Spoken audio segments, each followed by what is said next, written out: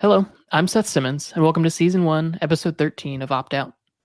Opt Out's a show where I sit down with passionate people to learn why privacy matters to them, the tools and techniques they've found and leveraged, and where we encourage and inspire others towards personal privacy and data sovereignty. Wondering why FOSS and privacy have become such a focus for Matt Odell and Citadel Dispatch, or wanting to learn more about free and open source software in general? This episode, we're going to sit down with Matt Odell for a bit of a different show, where we focus on listener questions around free and open source software, privacy, the community ethos around FOSS, and his personal journey towards privacy. Welcome on to Opt Out, Matt. Let's fucking go. I should have expected it. The bottle pop. I'm so glad to be able to have you on and just dive a little deeper into some of the topics and passions that I feel like we have in common. You've been a huge inspiration to me over the few years that I've been in the cryptocurrency space and now just the FOSS and privacy space, and just have, I think, brought a lot of wisdom and focus towards privacy in some communities that aren't as privacy centric. And just, very grateful for the impact you've had on me and just on the communities you've been a part of. So I'm really excited to jump into some of your personal privacy journey, jump into some listener questions, and really walk through some key topics here. Dude, the pleasure's all mine. I think we met for the first time. You introduced yourself at Bitcoin 2019 in San Francisco. And since then you've built something special here with Opt Out Pod, and just your blog is fantastic, and just everything you do is there's a lot of respect there, and it is truly my pleasure to join you here. Thanks, man. Definitely was never part of the plan, but it's all just kind of falling into place. I feel that, man. Really grateful for the platform. It was never part of my plan either. Yeah. Just kind of lean in, you know? I feel like that's the way of it, though. I don't think we've actually met in person, though. So I haven't been we to... met in 2019. You don't remember introducing yourself? I haven't been to Bitcoin conference. You weren't in San Francisco? No, I've never made it out. I've only been to a couple crypto conferences. I'm pretty sure there was a Seth at 2019, Bitcoin 2019 in San Francisco. There was a Seth who walked up to me and said to me, Matt, I really love what you're doing with privacy. Why do you never talk about Monero? Maybe it was me. It was a body double, or maybe I'm just throwing cover to cover my tracks here. We'll never know. I love it. Awesome. Well, I also want to just shout out the chance to come on Citadel Dispatch.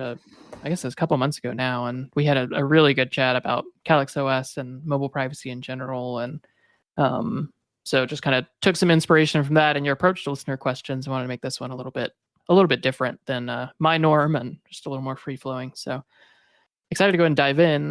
But for anyone who might not be familiar with you or your work, do you mind kind of introducing yourself for listeners? Yeah, when Seth came on to my show, that's Citadel Dispatch. It's Citadel Dispatch 34. So if you go to citadeldispatch.com/CD34, you can listen to that episode. It was a fun one. I'm a Bitcoiner. I've been in Bitcoin for a minute now. Care about privacy, care about sovereignty, and I've just slowly transitioned into basically a life that is obsessed with free and open source software and Bitcoin. And I surround myself with that basically 24/7, 365 now. And it's been a good run. I co-founded BitcoinTV.com, co-founded OpenSats, where we contribute to open source development. Mm-hmm. What else do I do? I have 2 podcasts. I have Rabbit Hole Recap on Tales from the Crypt. I have Citadel Dispatch, as I said earlier. BitcoinDevList.com, which you can contribute to devs directly. Consult for a bunch of companies, including Bitcoin Magazine. And I don't know. I kind of came to the conclusion, I think it was like 2013, basically, when the Snowden leaks happened. I came to the conclusion that if we didn't have good people stand the fuck up, we were going to be in for a horrible ride. And I kind of just took it up on myself. And as we said earlier, I just kind of kept leaning in, and it just kind of happened. Yeah, it was. I never actually knew that was kind of the the driver behind your jump into, I guess, personal privacy and just the broader focus on privacy as an important topic. Is that what kickstarted you into Bitcoin, or when did you get into that? I'm curious. Yeah, Which kind so of came first. I found Bitcoin and Snowden at the same time. Okay. So It's an eventful year for you. yeah, I mean, Bitcoin in 2013 was very much about privacy. It was a different beast back then. But so like I got basically red pilled by Snowden and by Bitcoiners at the same time. And it wasn't just Bitcoin, obviously. It was the greater free open source movement. I guess up until that point, I kind of had gotten red pilled on personal sovereignty after 2008, after the financial collapse in 2008. I realized there was like no real experts. Like everyone pretends to be experts, but they have no idea what the fuck they're talking about. But I thought I could trust like the major tech companies, and Snowden basically threw that one on its head. And I was like, you can't trust Google, you can't trust Apple, you can't trust Yahoo or Microsoft. Like they're all complicit. So like, what other option do you have except free open source software?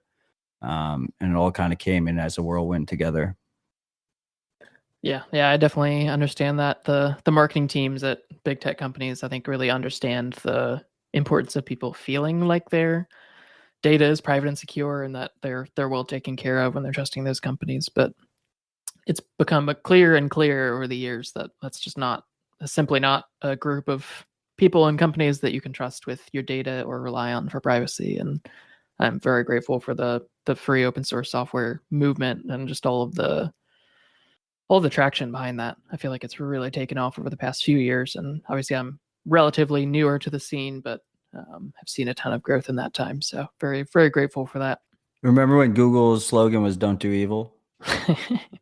And then they removed it, surprisingly enough. It's almost as if it wasn't core to their It was like a Warren canary, basically. Mm-hmm. They fucking removed. They're like, okay, we're doing evil now. We're not doing evil. We're just not going to tell you whether we are or not. We'll see. Yeah. And has doing Citadel Dispatch and before that, kind of Tales from the Crypt and the other kind of educational things that you've done, has that been something that's driven you deeper into FOSS and deeper into privacy, or has that just kind of been driven by it instead? I mean, Citadel Dispatch came later. Citadel Dispatch I launched it at the end of December of last year. And it's more of a passion project. Tales from the Crypt is sponsor funded, and Citadel Dispatch is 100% audience funded. And I always wanted to do it audience funded, and I kind of got pulled into sponsor funded. So I felt like I was being a LARP a little bit by saying that audience funded makes more sense and not actually doing it. So Citadel Dispatch was born, and I wanted to like tackle the real topics rather than like all this philosophical bullshit that you hear all the time on so many podcasts where they just talk in grandiose ways and just leave out any kind of specifics or if it's going to happen, and just kind of basically forsake personal responsibility because something better will come along in a little bit and you can just do that. When I started down the education rabbit hole is what really opened my eyes even more to like the reality of the situation. And so maybe 2.5 years ago, I started with a bunch of good friends in New York. I started Bitcoin Citadel, New York, which was a workshops in person project. And we were teaching people privacy in person, not live streamed, no cameras, no photos, obviously pre-COVID. And when you start like trying to explain these concepts to people and you using the internet privately, let alone using Bitcoin privately, but using the internet privately and trying to be more private in your daily lives, you start to realize like how big of a slope we have to climb. Yeah. Like it is gargantuan. Like it is fucking massive. And there's a lot of work to be done. And it made me, sometimes I get disenfranchised about it, like disillusioned about it. And I get a little bit like in the dumps and I'm like, we're fucked. But most of the time it's, we need to make progress because what other option do we have? And I kind of just got really, really strongly focused on trying to do my part. And it's not just educating like end users. Like there's a lot of value in educating the people that will educate others.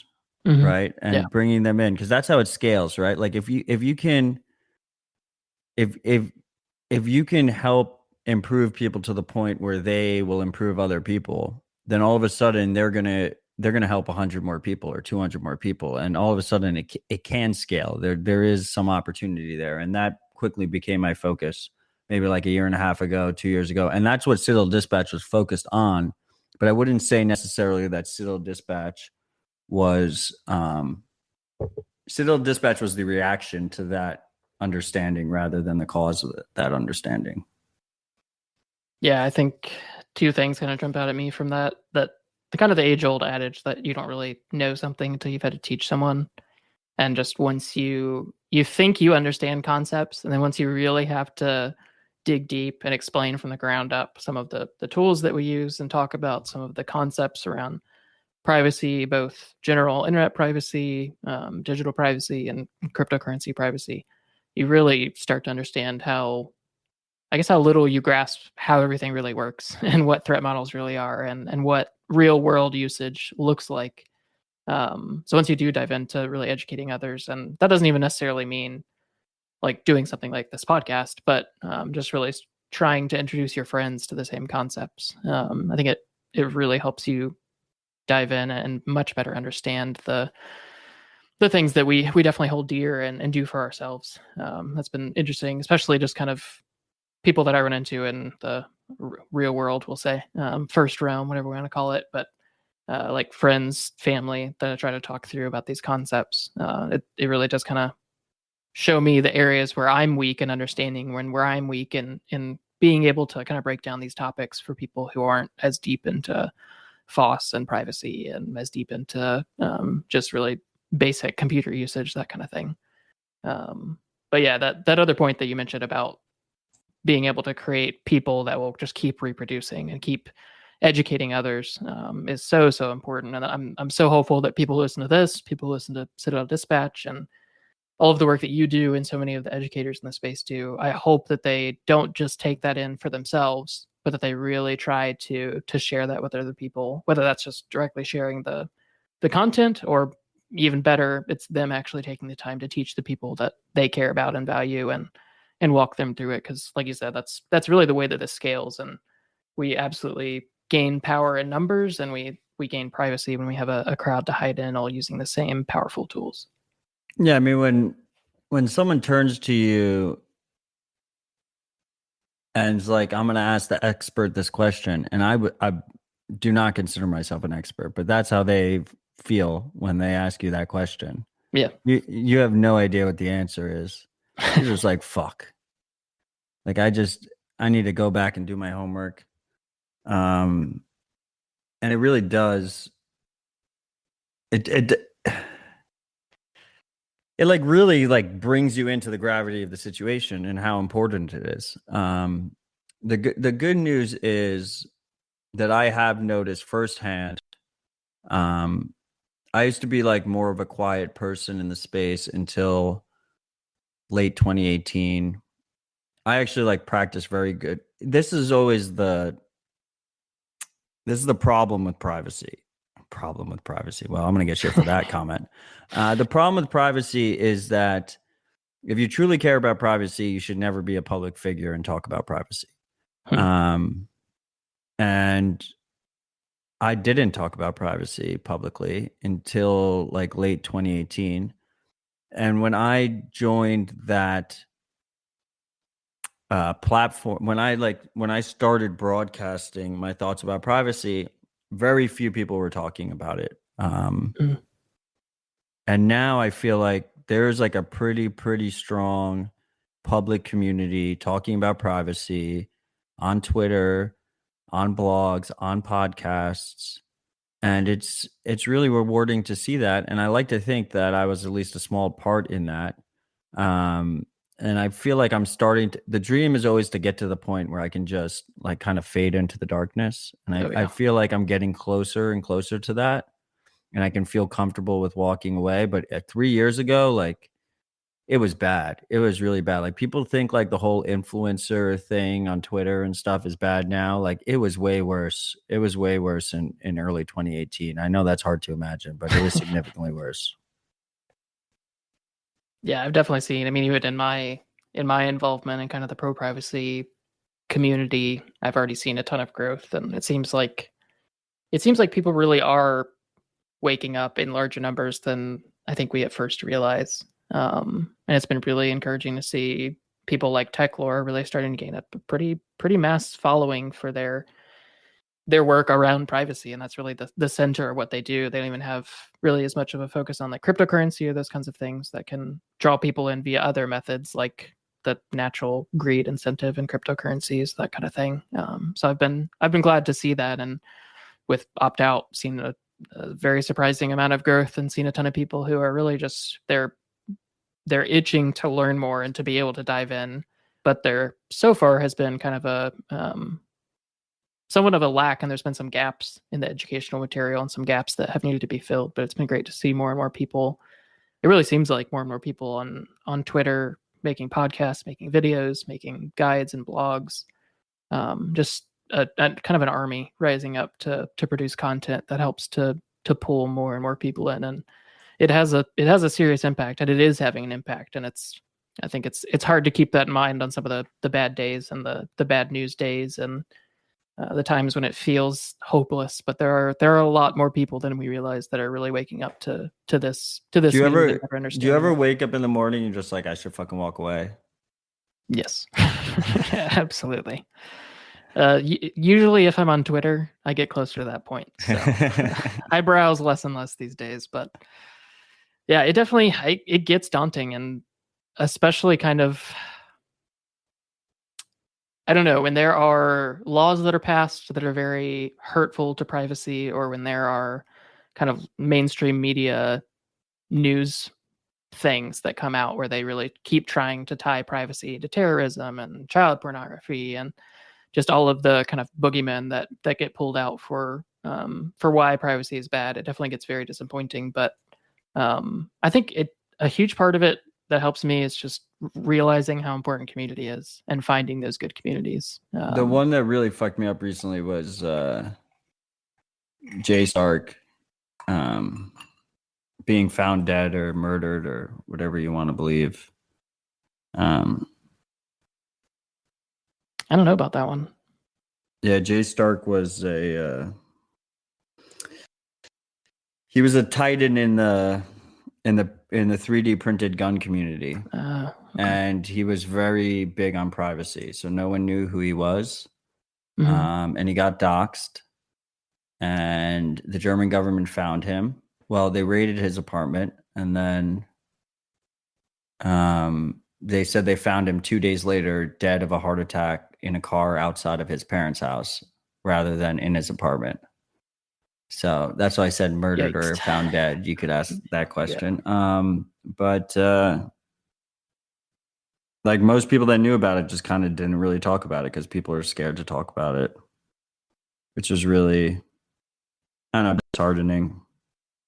Yeah. People don't realize that while we do have relative freedom of speech in most countries, they don't realize the power that it brings to actually speak out and actually, like, you don't need to be just posting on Twitter or Facebook. It doesn't necessarily have to be that, but having real conversations with people and walking through these things is so important, and really taking a broad stand and trying to pull people into a cause does still have power in most countries and places, and can help to, at the very least, can help to wake other people up to what's really kind of going on behind the scenes. 100%. I'm curious if there's any specific, and I feel like a lot of the answers here are the same. So I'm curious what you run into. But are there any specific kind of myths or roadblocks that you see people struggle with when it comes to personal privacy? And then how do you help to get people past those things as someone who does education and shares on Twitter and does conferences, that kind of thing? The biggest thing is I feel like we often, like privacy advocates, we get like deep in the weeds. But if you look at the average person, there's so much low-hanging fruit that they can improve. Mm-hmm. And that average person, the meme of I don't care about privacy, I have nothing to hide, I actually don't see that often. What I see more often is, I understand that privacy should be important, but I'm such a lost cause that it's not worth it. And to those people, it's very important for us to keep going back to the basics, I think, and just that absolutely every little thing you do can improve your situation, your personal situation, and every little thing you do to improve your personal situation at scale improves everybody's situation. Something as simple as, you have a Google Home in your device, in your house. Unplug the Google Home. If you're listening to this podcast right now and I say, "Hey Alexa, what's the weather?" like, unplug that Alexa. Like, you should, maybe you're even listening to it through the Alexa. Like, what the fuck are you doing? Apple Watches, using G Maps, Google Maps, or whatever to as your navigation. Buy a standalone GPS that doesn't have connection to the internet. Like, these little things. Don't send your DNA to some random company that's going to monetize it. Like, these are basic things, and they improve your standing, and they improve everyone else's standing. And I feel like people get stuck in this hole where they're like, we are so fucked that we're just not going to do anything.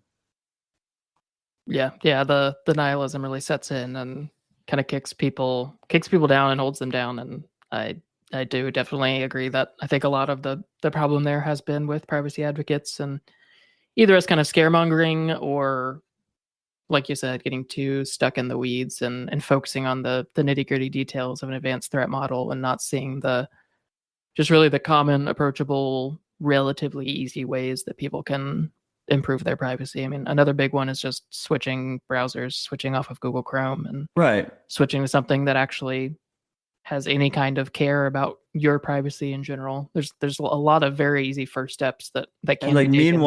Meanwhile, like, the privacy advocates are all like arguing about whether or not like Signal's trade-off model is like a good balance. Like, just use Signal.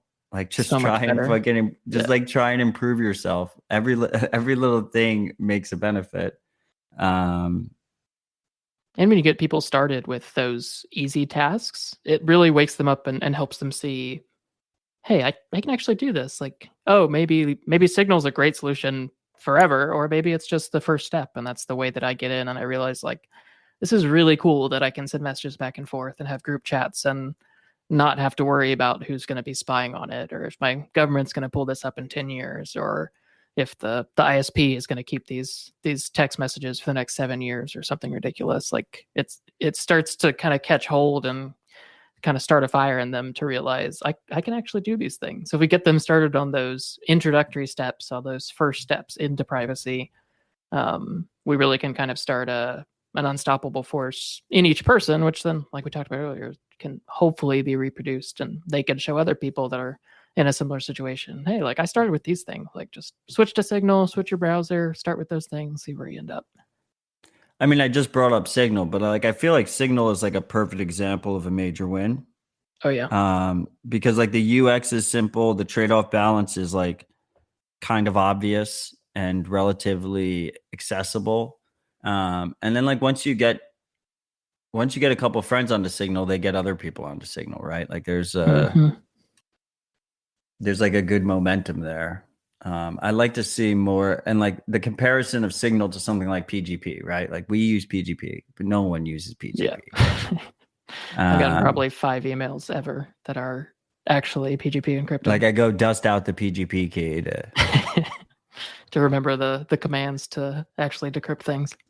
I'm like so proud of of the dude who sends it to me. You know, it's like he's totally just he learned PGP just to impress me. But yeah, I think like the Signal PGP example is like a very perfect is like a very good example of what builders in the privacy space should be kind of looking at. I mean, is Signal perfect? No. Like, should it require phone numbers? No, absolutely fucking not. Like, that's fucking ridiculous. Should it notify you when people in your phone book join Signal? No, probably not. But for the most part, that trade-off balance is like kind of what I think we need to be targeting as a community to try and bridge that gap. Because once you get people in, they will learn. They will do, like, you get the tools ready for them, you get the education ready for them. They will spend hours learning, but they need that first step. They need those training wheels. They need that introductory to really like get going. But because otherwise they're just going to feel overwhelmed. There's nothing I can do. I'm completely fucked. Yep. Sometimes they just need that first push down the rabbit hole, and it'll take it over from there. Yeah, Signal I think is a great example, like you talked about, of just kind of perfect becoming the enemy of good, and people ditching it or bashing it or trying to get everyone to switch to yet another messenger out there that has some obscure advantage or maybe even a clear advantage. But Signal is just so easy to onboard people to, and especially in the US, the phone number thing is definitely obnoxious that it's a requirement, but the ability to text and send Signal messages within the same app is absolutely massive for adoption. And that's a key reason that I've been able to get people onto Signal, and I wouldn't have been able to get them onto Threema or Matrix. I mean, I've noticed that too. Like the selling point for Android users is so much easier than iPhone. Because on iPhone you don't have that feature. I never actually realized that, but I haven't used iPhone. On iPhone, you have to use iMessage. You have to use their native client, so you can't have the text mixed in. I would actually say that, like, I mean, fuck iMessage, but you know, iMessage is also like, at least the subpoena or the gag order has to go to Apple for iMessage. It's better than SMS. Yeah. It's like SMS is like a postcard. You just like fucking send it out. So yeah, I was listening to, that's a whole different rabbit hole. Yeah, quick note on SMS. I was listening to Surveillance Report, just a podcast that kind of goes through security and privacy news, and they were talking about a recent report that said that most ISPs keep text messages for at least a year, but I think it was AT&T keeps them for 7 years, and they have that everyone's text messages just sitting around for a year, 3 years, 5 years, 7 years, just waiting to use it. And they have no problems giving that data over to whoever asks, or selling that data, or anything of the above. So that's one of the low-hanging fruit that hopefully we can keep migrating people off of here in the US. I mean, even if AT&T says 7 years, like, the NSA definitely keeps it for way longer than 7 years. I mean, text is like, the theory for a while has been that for like phone calls, what they do is they transcribe it into text, because audio is a bigger file. Yeah. So if you transcribe it into text, you can keep those texts for forever for basically no money. So and then much more easy to actually search and query. And, exactly. Yeah, much more usable in that state. I was also just curious, kind of jumping back to your work on Citadel Dispatch. How have you kind of seen your privacy focus impact the Bitcoin space and the community around Bitcoin? Because I think you're one of the few big figures in Bitcoin that really pushes the need for privacy, both within Bitcoin itself and just in general internet life. So I'm curious how you've kind of seen that take over in the Bitcoin space. Who else in the Bitcoin space that's a big figure fucking talks about privacy? I don't know of anyone else. Basically no one. I think a lot of people that run in your circles, but not people that are because I like promote them, and I'm like trying to make them bigger. Yeah. I was like kind of hoping. It's so funny because like with like influencers on Twitter, usually if you see someone successful in something, there's like a million people that ape you and like try and do the same thing. So my strategy originally was, I'm just going to talk about privacy all the time. So what happened was, like, I kind of my co-host at Tales from the Crypt, Marty Bent, basically he started Tales from the Crypt. He had done 23 episodes, and he seduced me into joining him for a weekly Bitcoin news show. And I was like, okay, I'll do it. At that point, I was like lying about where I lived. No one knew what I looked like. I was doing pretty well on privacy. I like dipped my toe basically into the self-docs. And that started going really well. And I ended up in like kind of a public position. And I was like, if I'm going to be doxxed anyway, I need to stand up for privacy. Like that's got to be the thing that makes it worth it. And my theory was that if I just kept talking about privacy, that a bunch of people would ape into doing the same thing as me, and it would grow in dividends. Like there would be a massive gain in that. And no one really did. Everyone is just like, there. I won't say everyone. There's a lot of good people out there that have joined me in the cause. And then I've joined them. But most of the large figures will not talk about it. It's super disappointing. Very much so. But talking about privacy publicly is a very controversial thing. It's not and I'm not trying to like toot my own horn or whatever, like whatever, fuck you. Like if you think if you think I'm just like, there's so many people that just hate. They just like fucking hate on you, and they assume the worst, and they're like, you're a hypocrite. You shouldn't talk about it publicly. And I just leaned into it. I mean, you saw it firsthand. I mean, your episode on Dispatch was super controversial episode because we had a conversation about Monero for the last hour, and your fucking Twitter handle is a Monero symbol. I try to be controversial when I can, so it's an easy plug. But like I knew that was going to happen, and I was fine with that because at the end of the day, like life is short. Like, do I care how many Twitter followers I have? I could give two fucking shits. You got to lean in. And my other thing is like on Twitter, I don't have anybody blocked. I have nobody muted. I see everything. And with Dispatch, I was going hard against KYC. That's really controversial. Yeah. Like you can't, like every big player in the space is just embedded in that regulatory environment. Mm-hmm. And then ironically, like at the same time, like I always prided myself that I had a non-Bitcoin job, but with COVID and shit, like that job just kind of dried up, and I just needed to basically move on and move physically. Mm-hmm. And so like I started to move into the Bitcoin space because that's what I love. And that's, like I said, life is short. I just got to fucking move into what I love and just focus on what I love and focus what I spend all my time. I literally spend all my time on it anyway. Like the fiat job, I wasn't even really paying attention. Like I was half-assing that job anyway. Like I really shouldn't have still been there. So then I get shit from the other side, right? Like the privacy advocates, like the hardcore privacy advocates that are NIMS. I love it. I absolutely love how hard they are, but they will fucking go at you. So like I have like the KYC cucks on one side going at me for going after like KYC and being pro privacy, and then I have like the super privacy advocates on the other side who are all NIMS just going at me for not being pure enough. And I just kind of got stuck in the middle, and that's like my sweet spot. My sweet spot is just getting fucking hammered from both sides and just continuing.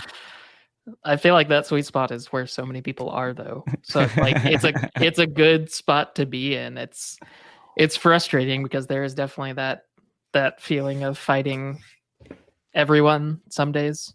Just like it's constantly a struggle to please anyone. But there's so many people that need a normal person's honest views and advice around privacy and not. Like, I think there's a lot to be said about the power of pseudonyms, and I think that many people, or probably even most people, should just use a pseudonym and not worry about any kind of revelation of who they are or building a brand. But I think there's also a lot to be said about taking the hit for the community and like you said, kind of self-doxing and putting a face and name to your identity, and just really letting people see that your cards are on the table, and you're someone that can just that they can follow. And not, I don't know that trust is the right word. I mean, like, obviously I would say I trust you, and I think a lot of the content that you put out is absolutely great, and I recommend it widely. But just that they can, I think it's easier to connect with somebody who's not a NIM. 100%. I mean, I specifically tell people not to trust me. I know they do trust me a lot of the times, and I know me telling them not to trust me makes a lot of them trust me more. Reverse psychology. It's not reverse psychology though. It's I don't want them to trust anyone, and I have to lead by example, and they shouldn't trust me.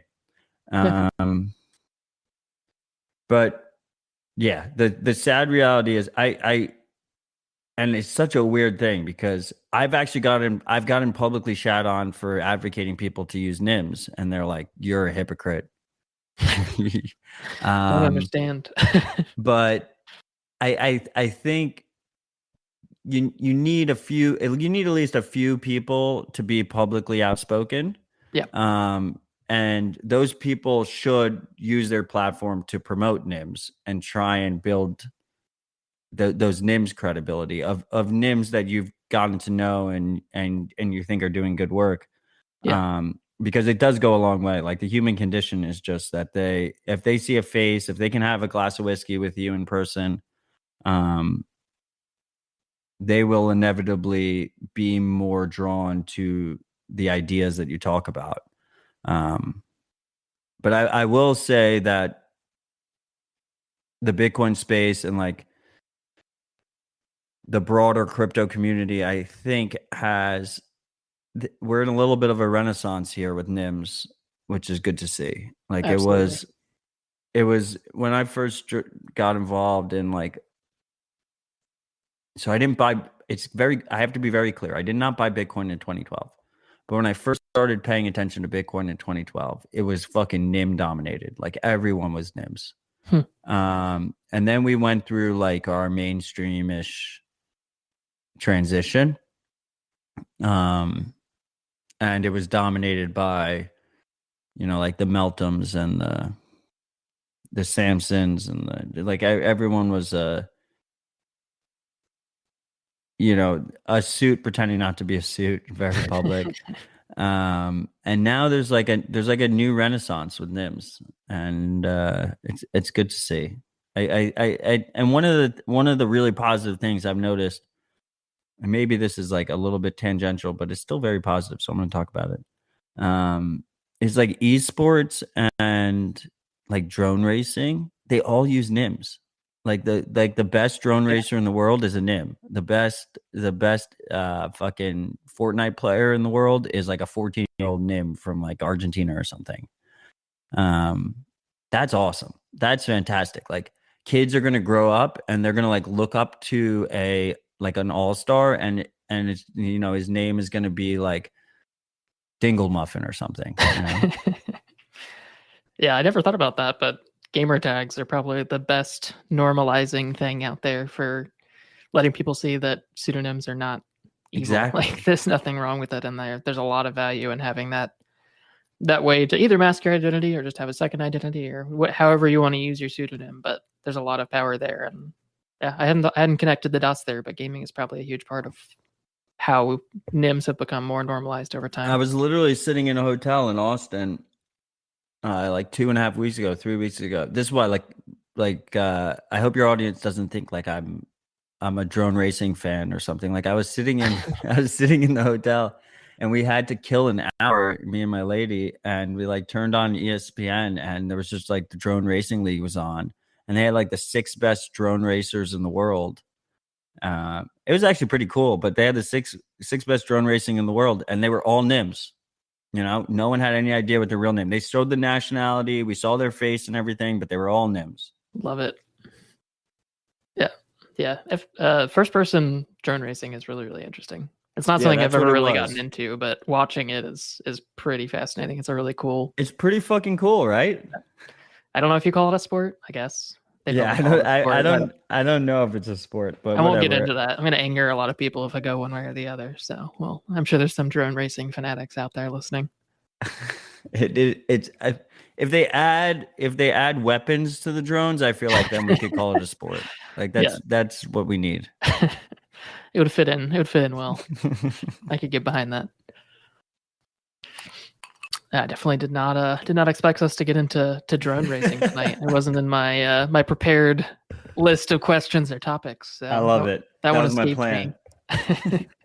The Matt special. Yeah, I definitely I echo your thoughts on the Bitcoin community, and it's very frustrating to. I mean, most of my exposure is Twitter, so take that for whatever you want to take that for. But it's very frustrating to see the engagement and focus that people get when they either sell out or just kind of pitch to the normal audience and avoid talks about privacy, avoid talks about technical importance, and talks about the technology behind, especially in the cryptocurrency space. And there's a lot for people to gain by doing that, because normal people eat that up and people are incentivized by greed and whatever else is going on. So it definitely does get frustrating to see that. But I think, like you mentioned, there has been a good resurgence that I've seen in the space of NIMs or non-NIMs like yourself that really are trying to pull things back to more of the cypherpunk ethos around Bitcoin. And one of the really good listener questions that I got before this one was just, what are your thoughts around the seeming decay of the cypherpunk ethos around Bitcoin? We talked about that a little bit already, but and then I kind of added on, do you think that this happens to any FOSS project that grows too large? Or is it maybe just because of the unique greed incentives that are tied into Bitcoin? First of all, we got so many fucking good questions on Twitter. And that was awesome. You're kidding. I mean, if you want to talk about being optimistic, like, just those questions make me optimistic. Like, people were pretty excited about this conversation and they had a lot of very good questions. I mean, I think Twitter's designed with shitty incentives in general. Yeah. And I think, and then those incentives being that if you keep things as simple as possible and as positive as possible, you will get as much engagement. You will get the most engagement. You will maximize your engagement. Mm-hmm. Don't link to sources, kind of pussyfoot around the truth. Don't really say the real truth thing. Give your own little, like, kind of angle on the truth that's kind of right, but not really right. And that definitely gets exhausting. I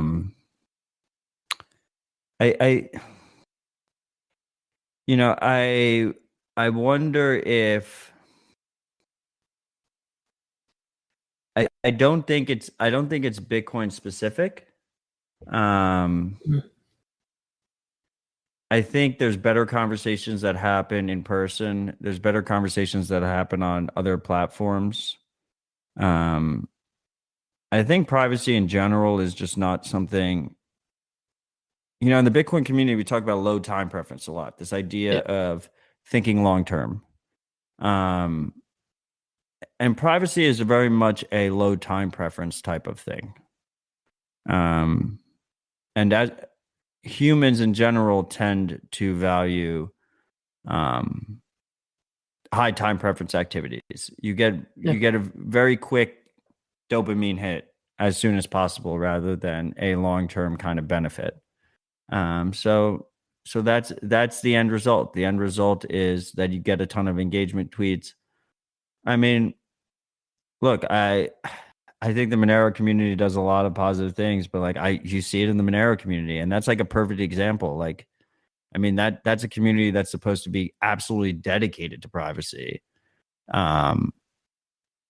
And I see tweets that go out sometimes from Monero people that are like, look at this short squeeze potential that's going to happen. We're about to rip to the upside. And that tweet always has way more engagement than a tweet about technicals. Unfortunately, even in, like you mentioned, even in a community that's I think a lot closer to a cypherpunk ethos at its core. The things that catch on and pull more people in are generally the things that are either about how their favorite project connects to Monero or price speculation. I think the other thing is like, at the end of the day, privacy is about personal responsibility, and personal responsibility is difficult, right? So like, people don't want a difficult fucking answer. They want something easy. If you can give someone something that's easy or something that's complicated, they will choose the easy thing 99% of the time. So when you start talking about more and more people entering the space, they're going to want to choose the easy thing. They're going to want to press like on the easy thing. They're going to want to press retweet on the easy thing. You can just KYC, dollar cost average, not worry about it, hodl. And in 5 years, you'll figure it out. It's fine. Don't worry about it. You're going to be so rich. It's going to be fine. Like, that's easy. That is so easy.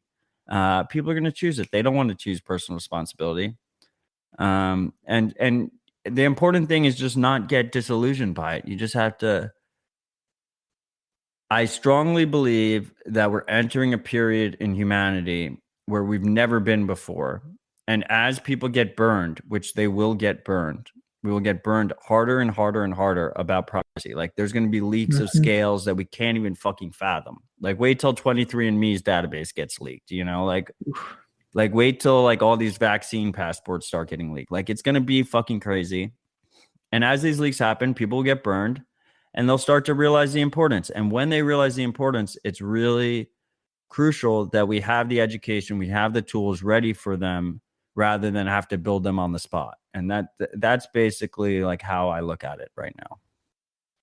Yeah, I love that perspective. That's something I talked about, I think, last episode a bit with J43, the last guest, and just kind of how I feel like, at least I started out in a place of, like, I need to win people over towards privacy. Like, I need to convince people why they need privacy, and I need to be the one evangelizing, or I need to be the one that's really kind of figuring out how to make people want to be more private. But I think the longer you try that, the more you realize that that's almost impossible to actually convince somebody who hasn't had something happen to them that makes it clear why they need it personally. I think, like you mentioned, both that personal responsibility is hard, and most people don't want to wrestle with actually having to do something to gain a long-term benefit. But I think also just that people have been cushy, and I think governments and big tech have done a good job of just really allaying people's fears and convincing them that they don't need to worry about it, and that it's all for their best interests, and it's all to keep them safe and secure, and has really kind of frozen people and stopped them from waking up. They're absolving them of personal responsibility. I mean, if you want to talk about a mind fuck, I've been working very closely with Alex Gladstein of the Human Rights Foundation for almost 3 years now. And we started small. We were like teaching activists how to, use encryption, how to use Bitcoin privately, stuff like that, in like small rooms in like 2019. And this year was like our big coming out. Like, we had, they have this Oslo Freedom Forum every year. That's in Oslo, hence the name. But this year was in Miami because everything's in Miami in COVID times. So we had the Oslo Freedom Forum in Miami.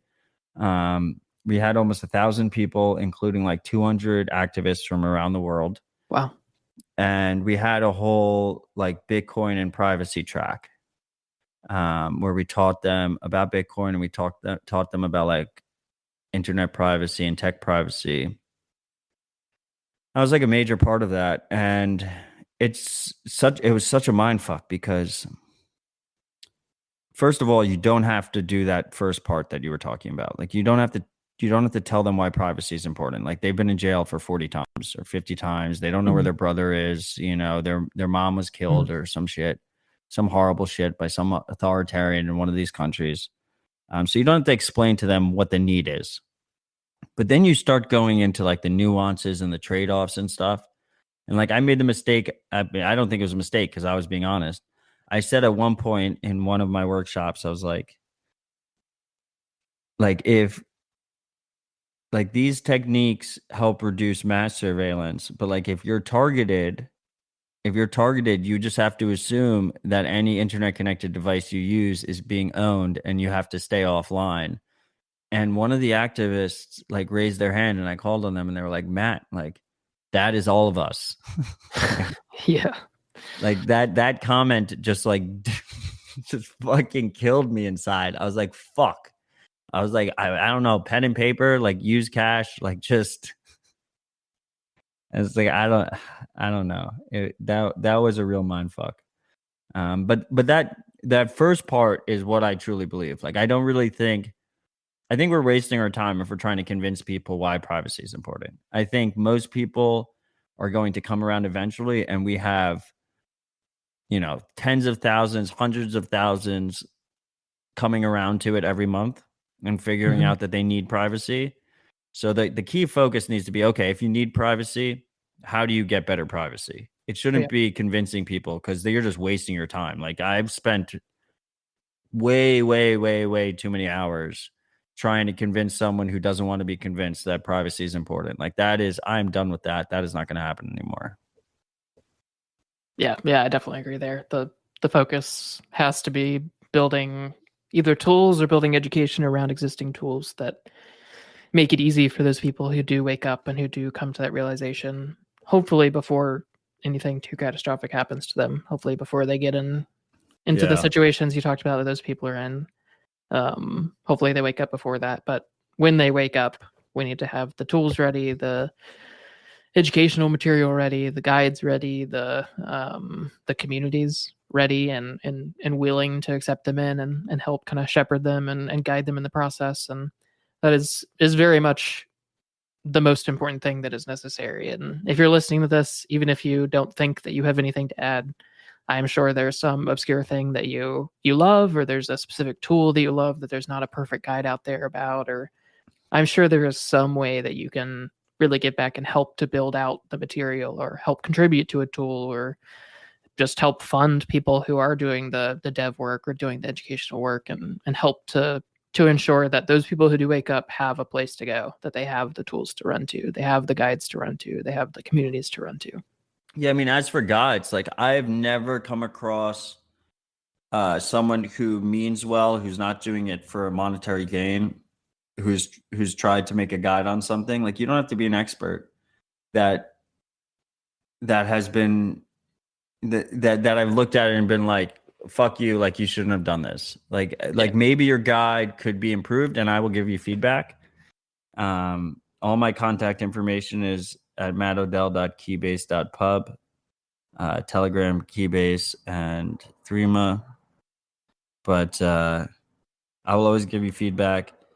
The people who make guides, like I used to be a guy who made guides. I can't do it anymore. They get outdated so quickly. I respect everyone who makes guides. I will promote your guides. I will give you feedback for guides. They are so important. People don't realize how important they are. Like they are, especially if you can distill it. And the thing is, like, people think they need to be experts to make guides. Like, sit down, learn something. Try and fucking do it yourself. If you can do it yourself, you can make a guide. And if you make that guide from your perspective as a non-expert, that guide is infinitely more helpful than an expert. Exactly. Like experts make guides and they leave out like key aspects that everyone else gets stuck on. But if you got stuck on something, it probably means 99% of people who are trying to do that thing are going to get stuck there too. And if you can show them how to get unstuck, that is fucking massive.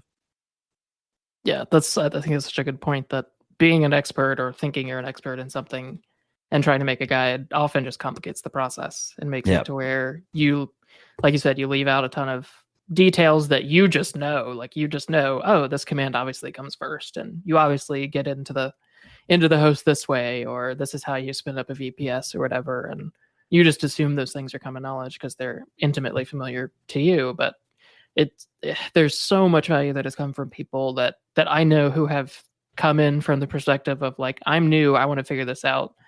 But if they take that time to create a guide, there's so much value in that. Or even if you don't feel like creating a guide is something you want to do, like maybe you don't want to host it somewhere, or you just aren't comfortable with your writing style or whatever, just going through the process of trying out these tools and using them from the perspective of someone who's not an expert and not extremely technical, and then giving solid, detailed feedback is so infinitely helpful. And there's such a need for that within the space. And oftentimes the experts are the ones who can't possibly help with that because they understand details, or they grasp things, or they have a perspective that just makes it impossible for them to come at it from the perspective of someone who has no idea what they're doing. So there's so much value in having that. And like you said, no one's ever sent me a guide or sent me a video that they walk through something or anything like that where it's been like, I think you should just delete this. Like, there's just no value here. Like, there's exactly there's so much. And like you mentioned, maybe there's some small changes or whatever, but even just having 10 different people's approaches to spinning up a tool or using Signal or using Bitcoin or those kinds of things, having those different approaches can be really valuable. And just also having people who can keep things updated. Because like you said, guides and educational material around technical subjects and tools they get outdated so quickly.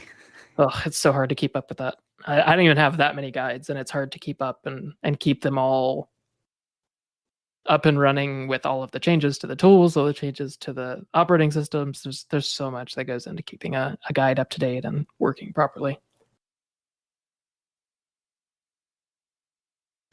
Around the topic of FOSS projects out there, one of the questions that I think was really good from someone on Twitter was just how do you decide what to focus on when you see all of the amazing FOSS projects that are out there? And how do you kind of prioritize the things you approach and try out and educate on? Second bottle pop. There's no science to it. My secret sauce is that I try everything that looks interesting, and then I base my opinions on trying things. I am not a dev. I'm not an engineer. I'm not a coder. I know some like basic Python. I can like read a GitHub, you know. I can, you know, if the code is decently straightforward, I can follow it and see if there's something that stands out. But my secret sauce is I just try anything that looks interesting, and I have a good gut check if something. Usually, like if something looks too good to be true, or is like making like extraordinary claims, I will ignore it, or in some cases, I will actually pay more attention to it to call it out. Because like a solid rule of thumb is just like if you see absolutes being thrown around, like they're probably full of shit, like fully anonymous or something like that. They're probably like completely full of shit. I just, you know, I've harnessed Twitter to basically, put as little energy into it as possible while still seeing as much as possible. And I've just really like fine tuned. I use lists on Twitter, and you know, I have, you know, maybe 400 people like I like really respect, and if they're talking about something, like I'm going to check out what they're talking about. GitHub is like kind of in a horrible way turning into a social network, but also in that way, it's also kind of helpful if you're like following people on GitHub and like watching what they're fucking doing. Telegram, I'm in Telegram. I don't know, dude. Like I play around with as many things as possible. Like my day-to-day is just fucking around with new tools, and I decide if I like the tools or not. And I decide basically if I think it almost doesn't even need to be, the tool doesn't have to be fully fleshed out. Like it doesn't have to be quite there yet. But if I think the team behind it, if I think the maintainer, if I think the contributors are like in the right place, they mean well, then I will engage with them and I will talk to them personally. I'll reach out to them. One of the things is people think, you know, like if you mean well, like people will respond to you, like they will talk to you, and like you You engage them, you see where they're sitting at, you're seeing what their opinion is. And like people think a lot of the times like the reason like a feature or something doesn't exist in a FOSS project is because like it's already been proven to not be feasible. 99% of the times, like the maintainer, the contributors haven't thought about it. They haven't even considered it. Yeah. And like you give them the most basic feedback and they'll run with it and they'll make that tool better. So I just kind of, I guess if you were going to distill my approach, it's kind of a spray and pray, to be honest. It's just like a spray and pray approach. And then I see what sticks. Yeah, it really, I think, boils down to two things to me. It's what is your threat model or your approach to priorities in general? Like, what do you need? Like, actually need? Right. And those are the things that everyone's going to prioritize first, hopefully. Right. Those are the obvious ones. Like, obviously, there's, if I'm like looking for like a 2-factor open source app because I need a 2-factor open source app, like I will seek out whichever project I think is best. I'll try out all those projects and then I'll pick favorites and make it happen. I mean, our episode was completely focused on mobile phone privacy, right? Like I needed mobile phone privacy, right? So I tried out all of those projects that were catering to that, and I like made conclusions based on what I was doing. The more difficult thing is specifically when you're trying to do something like Citadel Dispatch or opt out, where you're like kind of trying to hit projects that maybe you don't even have like a direct need to, and those are more spray and pray. I think those usually kind of fall into your specific passions or interests, or generally the way that you're gonna approach that. And that's usually where I end up. Is most of the tools that I learn about are things that I just am curious about, or I have maybe a non-FOSS alternative that I have been using and want to move off and have a passion for that. Or like recently I've been getting used to using Docker a lot more. And so I've just been looking into what cool tools are being built that run on Docker and run easily in Docker. And those things are things that I'll test out myself or spin up for other people to use. Like I host a bunch of tools that people can just use freely on a server. And there's a lot of value, I think, in the spray and pray approach and figuring out like, what are you interested in? Once you've gotten past the things I absolutely need, what are you interested in? And then just try those things out. I would say the most difficult part of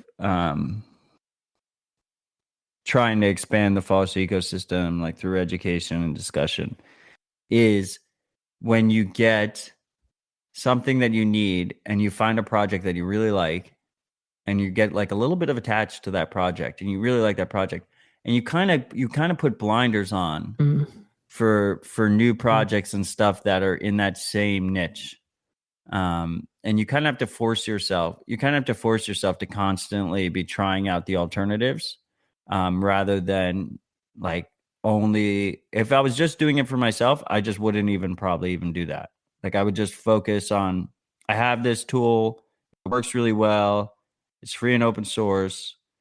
Like, why do I need an alternative to this? I don't need an alternative to this, but like, it's important that you expand the ecosystem and you pay attention to the other things. That is probably the most difficult aspect of the whole thing. Yeah, and that's one of those things that gets made even more difficult because of free and open source software. Like the beauty is anyone can fork it and make the changes they want and change things up. And that has led to a ton of amazing projects that spawn out of other projects that people were attached to and were passionate about and cared about and had spent time doing. And there's always that other thing that's a little bit tweaked or a little different, or that like Graphene versus Calyx OS, or just the 18,000 different messengers that are out there that everyone loves in their own specific way. And if you're just looking for you, like you said, it's a lot easier because you can just decide like, this fits my threat model, this fits my needs, I'm comfortable with it, awesome, I'm content. Yeah, exactly. It's a lot easier of a place to be in. But I think even people who aren't necessarily like actively trying to do education, I think it's helpful for them to keep branching out and trying new things, both because they could stumble across a tool that is actually much better for them that they wouldn't have tried otherwise, but also just so they can better connect with people. And when you're talking to people and when you're just having those conversations at the bar or over a meal, whatever, you have a better understanding of the different tools that are out there that may fit that person's specific needs. And when you compare and contrast the trade-offs, like I feel like you learn a lot about the individual tools. Absolutely. Yeah. Yeah, you learn a ton more about what specifically works, and like with everybody using different messaging apps now and having their preferred one, I've been trying out basically all of the popular ones and trying to figure out what makes each one tick and what's helpful, what's harmful, what's good, what fits me, what doesn't fit me. There's a lot that goes into that, but you do learn a lot more about each of the tools. And I've learned a ton more about Signal because I've been trying out lots of other messenger apps with people. And it also helps you, I think, pinpoint different user experience hurdles that you may not have caught otherwise. Those things that either you can just improve about the project yourself, or maybe you can put in an issue or make a pull request or something that will help that project fix that user experience gap that maybe another project covers kind of more effectively. But there's definitely a lot of value in continuing to explore and just staying hungry. I think it's very important that you don't kind of settle down in your ways and get used to a specific set of things, but just stay hungry to stay on top of things and keep learning all the time. So much out there, and the FOSS ecosystem is, I feel like, just exploding right now. It's great to see, but yeah, I agree 100%. Like, as far as I'm concerned, like, I would love if there was like 5 close competitors in every niche in FOSS. Like, let's fucking go. Yeah, it would definitely be the best thing for everyone involved. Whenever there's a monopoly, things stagnate, even if it's FOSS.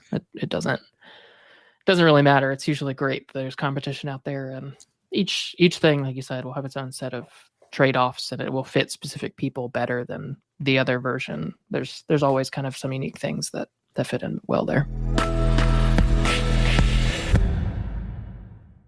Let's take a quick break from this episode to chat about the sponsors of Opt-out, Cake Wallet and Local Monero.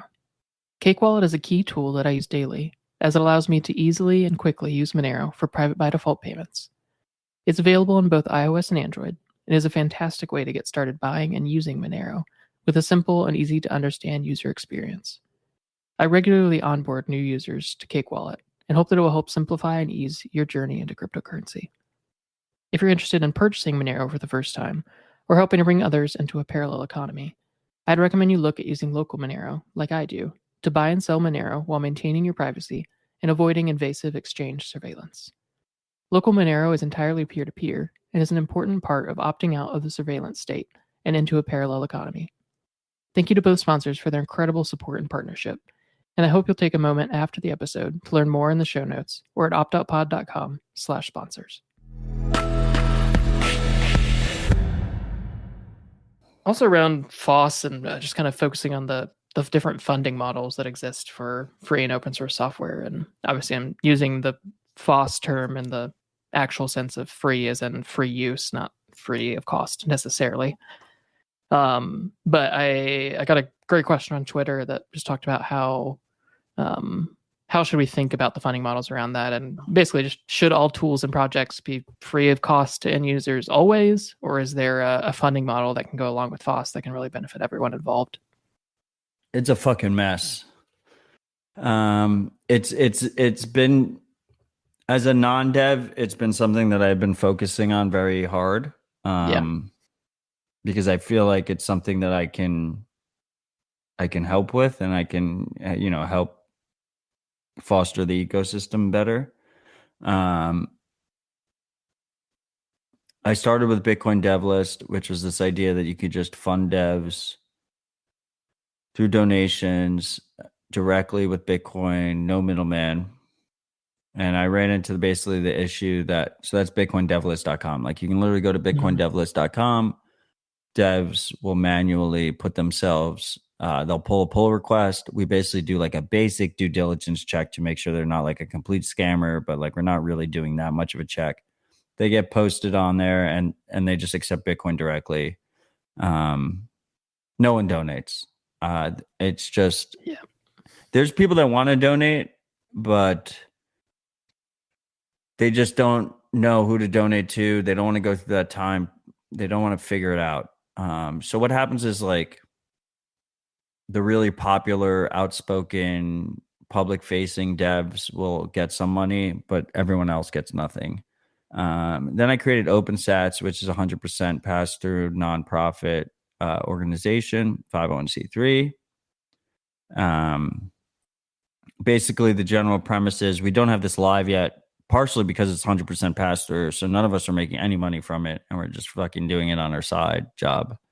But the idea was that you could just like pay with credit card, just set it up. You could pay with Bitcoin too, but the main idea in my mind was you like set it up with credit card. People like set and forget. You just do like $50 a month, automatic. It just goes into this general fund, and then we donate to devs. Now, one of the issues with 501c3s that people don't understand is with a 501c3 to be compliant, you actually have to get tax documentation from any grant recipients. So if you're donating to privacy focused devs, they literally have to dox themselves to you and the IRS. So that fucking sucks. So the donation thing is not great. It's not a great situation. Part of the reason I started Dispatch was because I cared so much about FOSS that I felt like I should be in the same boat as them. Like I felt like if they were accepting donations and didn't really have like a monetization model, like I shouldn't either. And I'll tell you firsthand, I have a show that is sponsor funded, and I have a show Dispatch that is audience funded, and it is night and day the difference in the amount of money I make off of the sponsor funded versus audience funded. Like I've done like 125 hours of Dispatch. Wow. And I've just passed like an hour of Rabbit Hole Recap, which is sponsor funded. Goodness gracious. So like it's not even fucking close. So I really do think that open source projects should try and figure out some kind of clever monetization models. I think Bitcoin and Monero, you know, like I think cryptocurrency in general offers the ability for people to pay you without KYC, without that kind of friction. And with you remaining anon as the dev. Like if they can find some kind of business model that can't easily be forked, like it's a network effect kind of situation, that is obviously the ideal situation. And I think like a perfect example of it, is Samurai Whirlpool. They're completely open source, and they make fees based off of their CoinJoin fee. And now, can they be forked? Yeah, they can be forked. But if you fork them, then you get a different liquidity pool. Yep. So there's a little bit of a stickiness there. Like they can't be absolute greedy bastards about how much they charge, but there's some stickiness there in terms of people willing to pay them. Wasabi has done the same thing. I mean, I think Wasabi's implementation is not great. I think they agree with me, even though they won't admit it because they're about to release a complete rewrite. But that model is super appealing to me, both Wasabi and Samurai, where they basically have a service fee that they can be forked, but the service fee is like based on kind of a network effect type of thing. So it's less likely for them to be forked and people are just happy to use it. And on both of those services, I've given them a ton of money. Without even thinking about it, because I wanted privacy, right? Like I just wanted to use their tools, so I just paid them. So little things like that. I mean, I have a tool, finalmessage.io, which is a deadman switch where you just pay $50 a year. If you want to use the deadman switch, you pay it in Bitcoin. And like that's always been sustainable. Like I've never been in the negative, and that's really all you need in a FOSS project. Like you shouldn't be burning money. It doesn't necessarily have to be the most profitable endeavor in the world. It just you need to at least be able to just keep the lights on and just keep going. So I would like people to be more creative about it. I've been talking to a big open source project that I really like. Is Seed Signer, where they have this like open source off the shelf. They use Raspberry Zeros for hardware wallets. I've been like talking to him about like creative funding models, like ways to do it while keeping yourself MIT licensed and fully open source. And I think that's really the way going forward. Like you can't rely on grants from companies and donations. It's just not a sustainable model, unfortunately. Yeah, it's such a tricky topic because, like you mentioned, it would be easiest if the projects could just accept donations in things like Bitcoin or Monero and call it a day, get the funding they need, do the work they need, move on. But unfortunately, just simple donations seems to be an angle that's very hard to be, like you mentioned, even successful enough to keep the lights on. Like that model is usually pretty tough to use to sustain a project, even if it's something you're just doing in your spare time. That can be pretty rough. I will say that my buddy Wiz, who is like just a ride or die Bitcoiner involved with the BISC project. He's involved with Liquid. He runs his own ISP in Tokyo, but his project mempool.space is an open source, fully open source project. And like you can run it on your own hardware, but if you want to use his hosted version, it's mempool.space. And he has donations enabled. And what he did was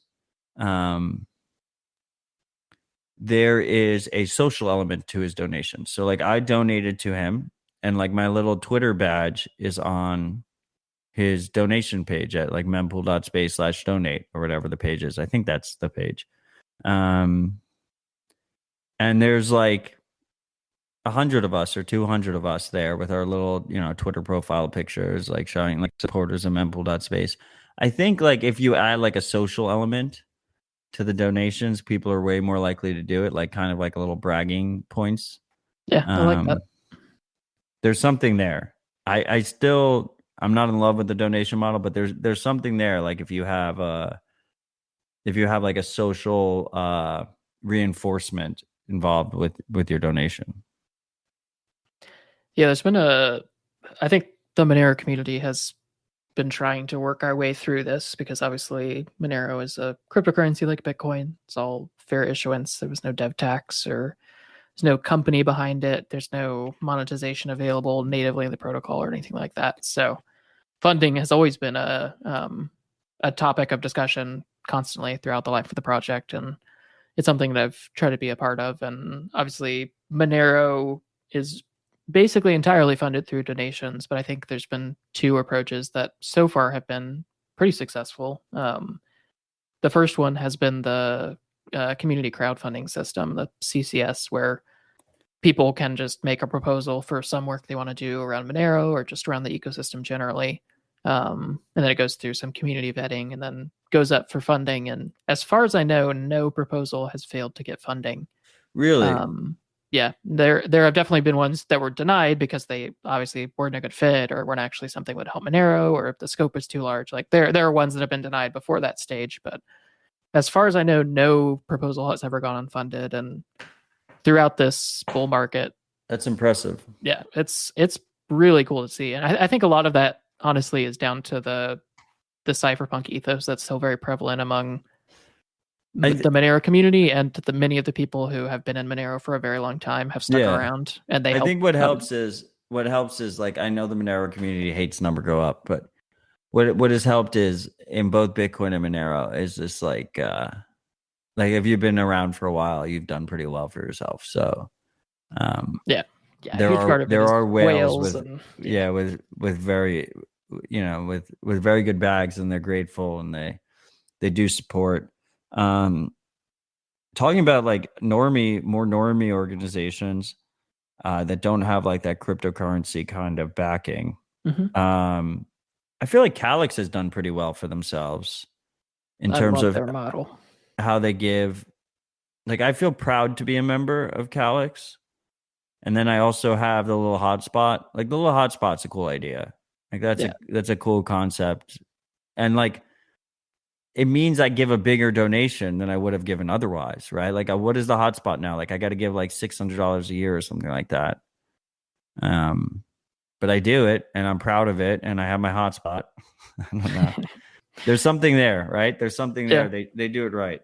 Yeah, I think that's a great example. I think they figured out really early on a way to incentivize people, and they're using a lot of nonprofit and basically using a lot of the existing infrastructure around nonprofits to help make that sustainable. But I think they've done a brilliant job like you said, you can, for a specific donation level, you get like a 4G hotspot. For a higher donation level now, you get a 5G hotspot. And I got my stickers, I got my shirts. Oh, yeah.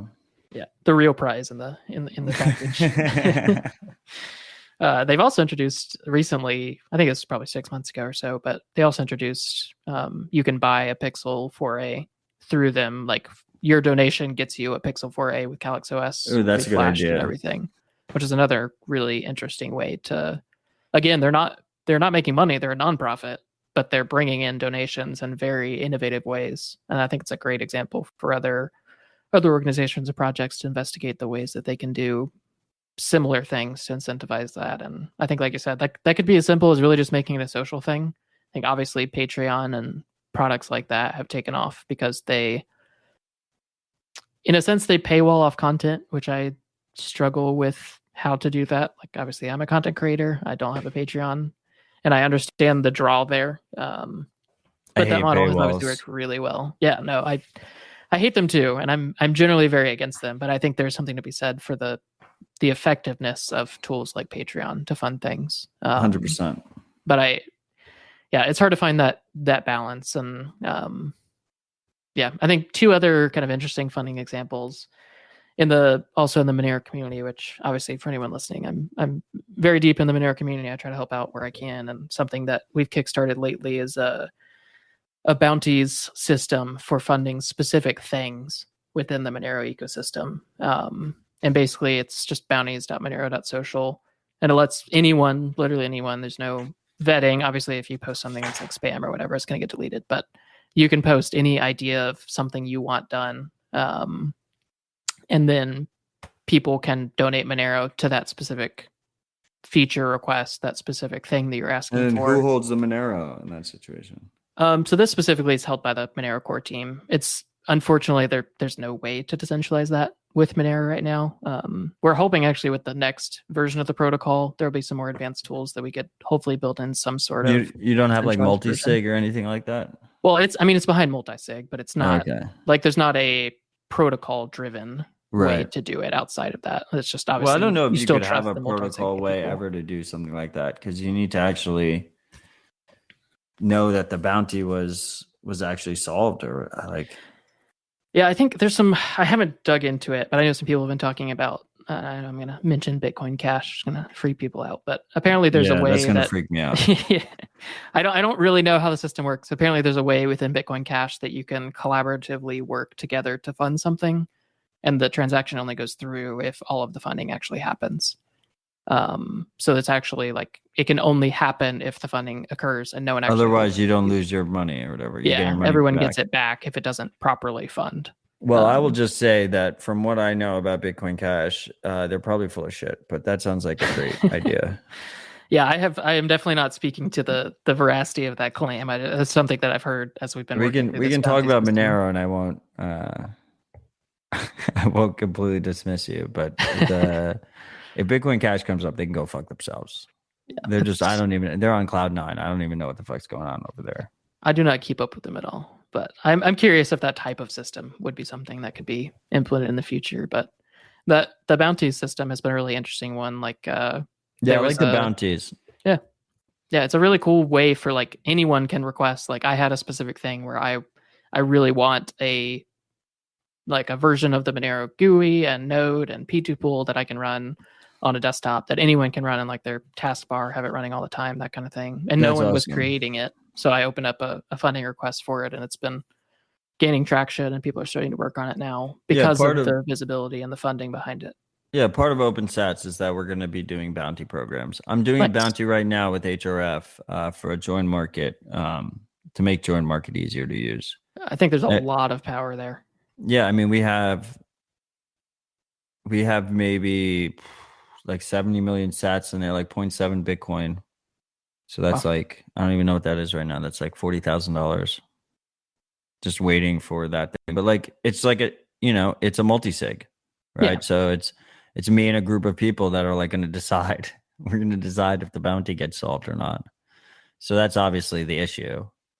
Yeah, but I think it's definitely no worse than a system where you're just donating to a dev and hoping that it helps in some way. It's definitely, it's objectively better, I would say. Yeah. No, I definitely agree. It is clearly better. And I think that's why I've really been fascinated by that attempt at like that approach of funding, because people can clearly see what they're funding. And I think that's why like the CCS and Monero has done well, because you're funding someone to work on a very clear set of objectives for a very clear set of time, and you know what you're getting when you're donating money. And I think a lot of times the trouble with it being just a broad, like, hey, I work on Monero, donate money to me, is it's hard for people to see like, okay, I can donate to you and maybe I like you, but how do I know anything good is going to come of my donation? Whereas like a bounty system, I think helps people see like, okay, I really want this feature to be added in, so I'm going to throw some Monero at that, or I'm going to throw some Bitcoin at that, and make sure that happens.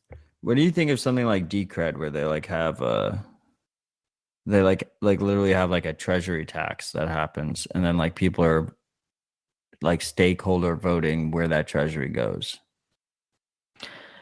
It's probably it's a more decentralized approach to I think what the CCS does in Monero, because like for instance their treasury is actually controlled by the protocol, and it requires like on-chain votes for those kinds of things. So it's a pretty cool system to actually ensure that the funding is legitimate, and you're not going to trust anyone with multi-sig or that kind of thing. So I like that part of it, that it's a more, again, it's just consensus driven and it's not people driven. I think as much as we can, these funding tools need to get away from having someone behind the wheel of payouts or that kind of thing, and move it into a way that it can be consensus driven in some way. But that's really hard to do. So yeah, I mean, I think the problem is like my perspective at this point of that is that it like kind of seemed promising in theory,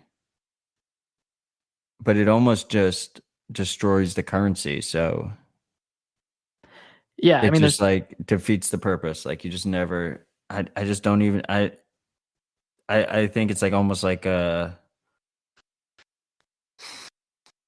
it's almost naive, you know, it's like naive, this idea that you can even have that. I don't know if we'll have that. But like there's a lot of people like the Balajis of the world will tell you like that's the future of open source funding. It's like this. And the reason I brought up Decred is because like I feel like they're like the oldest and most sophisticated DAO. But like this idea of like a decentralized autonomous organization that just like takes basically a treasury tax, or I mean, I guess they would all be angry at me for calling it a tax, but like I mean, that's what it is. A treasury budget to fund open source projects. I don't think that'll ever really turn into like a meaningful funding situation. No. And I think there's two real core problems there. I mean, I think the first is that the tax is involuntary. Yeah. So if you use Decred or if you just hold Decred, you are losing value, because a part of every block reward emission is going into a treasury that you may or may not want to be used for the things that it ends up being used for. And technically, the second problem is technically, yes, you have a vote, but I was pretty heavily into the Decred ecosystem, and a lot of the things that got passed were passed even if there wasn't clear community support, because the whales who were in from early on had hold the vast majority of voting sway. And then you wonder if like the whales are involved or whatever. Yeah, exactly. And that's the same, like a little bit of the same problem still exists in something like the CCS for Monero, because whales can still fund things, but the difference there is they're not funding things with taxes that came out of your wallet. They're not using your money to do it. Yeah, exactly. It's something where they're donating their own funds, which if they fund something that you don't want to actually get done, oh well, like assuming it would still get like merged into the project and all that, and there would be a whole different set of ways that would be handled. But it's better in that sense because it's not involuntarily taken taxes being used for a thing that maybe you agree with, maybe you don't, and you have to kind of deal with it either way. And that goes to my like next thought, where like I really feel like if we're talking donations, like I really feel like the dream is that we have many groups of people, many organizations basically running these bounties. So like, yeah, you can pick and choose who is your multi-sig that is holding it and deciding. So then there's some competition there, rather than if it has to be trusting the same people. Yeah. If there's no way to make that something that's like a consensus level protocol level thing. Which I don't think there is. I don't know if there could ever be. I think, yeah, I don't know. We'll see.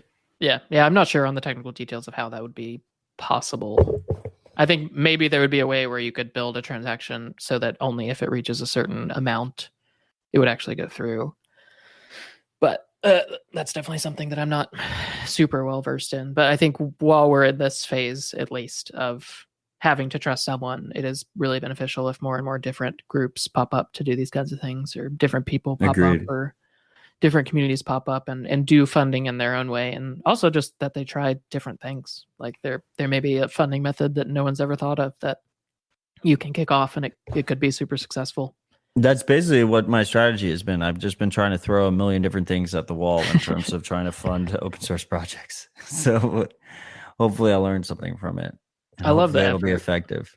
I love open sats, and I've definitely kept an eye on Bitcoin dev list. And like you said, I think it's very valuable, but a lot of times the problem just comes down to people need to decide to donate, and sometimes they don't. But I think we need to keep working on figuring out good ways to incentivize people to donate to specific causes, maybe, or to specific people, or different things. I think bounty systems, or there's definitely a lot of exploration there that's needed. Another thing I've been thinking about is like with Dispatch, like if I can get the donations really rolling on Dispatch, and the audience support really rolling on Dispatch, like it'd be awesome if I could basically split those payments and just like you donate to me, and then like you donate to Dispatch, you want to support the show, and then like 30%, 40% goes to open source devs. Yeah, that'd be amazing. Stuff like that. Like if we can get that into like people's psyche, like, and then you have multiple content creators like all doing that. Because the thing is, like, content creator, it's way easier for us to raise money. Even though I'm struggling with Dispatch, it's way easier for us. I mean, I know yours is audience funded, right? Like, do you have a sponsor now? Yeah, I do actually have sponsors. Are you Cake Wallet? Yeah, Cake Wallet and local Monero. Yeah, sponsors. But you were audience funded for a while. Yeah, just donations driven. That's how I've handled my blog and other content that I put out. The hosting that I do, all of that is purely donation funded. Yeah, like if we could like get people to, and maybe like even like the sponsor funded stuff, like maybe there's something there, you sponsor my show, but also give this much to open source projects. I'll pick what the open source project is. There's something there. Yeah, I like that idea. We'll figure it out. I think there's a lot of unnecessary hatred towards the idea of sponsorships, but I think a lot of that just comes from sponsorships being abused in lots of different ways throughout the years. But I think there's a lot of value in actual good, useful tools and projects sponsoring good, useful education and good, useful material out there, and good, useful content creators as a way to spread the word from people that are actually like again, trusted source is probably not the right term, but someone that people follow and care about, and actually like care about their personal usage. And I think as long as sponsorships are by tools that you actually use and actually care about, and aren't just something you're taking for the money, but are actually something you want people to learn more about and use, I think there can be a lot of value there. But it's a fine line to walk, and it's very, very tricky. It's so difficult. I think the key is you have to be critical of your sponsors. You can't just like, they can't be buying your voice. Yeah, and as long as you're key with that, then you're good ish. Yeah.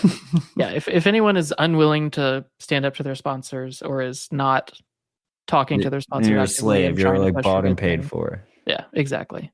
And that is always a negative. Like that's never good. That's never a good situation. But I think like Techlore came out and put out a video with some sponsorships they're starting to take on, and they have like a very clear set of rules. They have a very clear document. I missed that. Outlines their ethos. Yeah, I think they did a really good job of writing that line of like realizing that sponsorships can really help them grow in ways that donations just simply aren't. Sponsoring them now?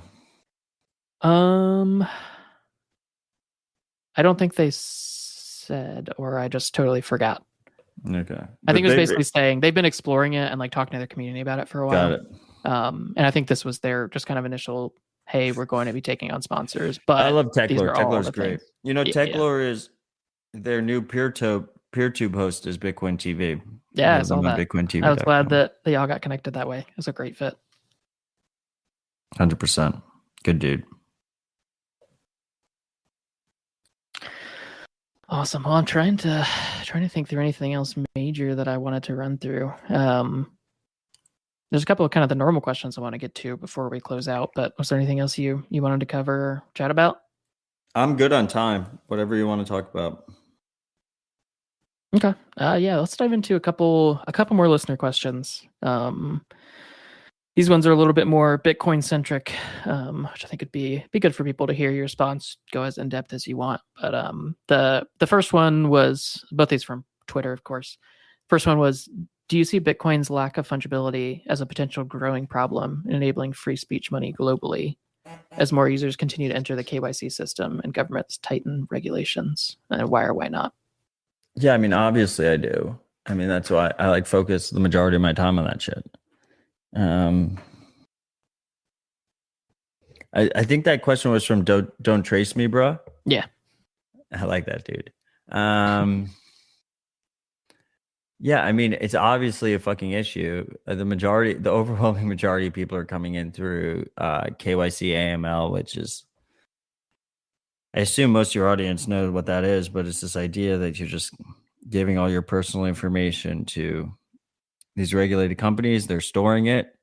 They're sharing it. It could get hacked. It could get stolen. That data is never getting deleted. They're saving all your withdrawal addresses. And it really does complicate.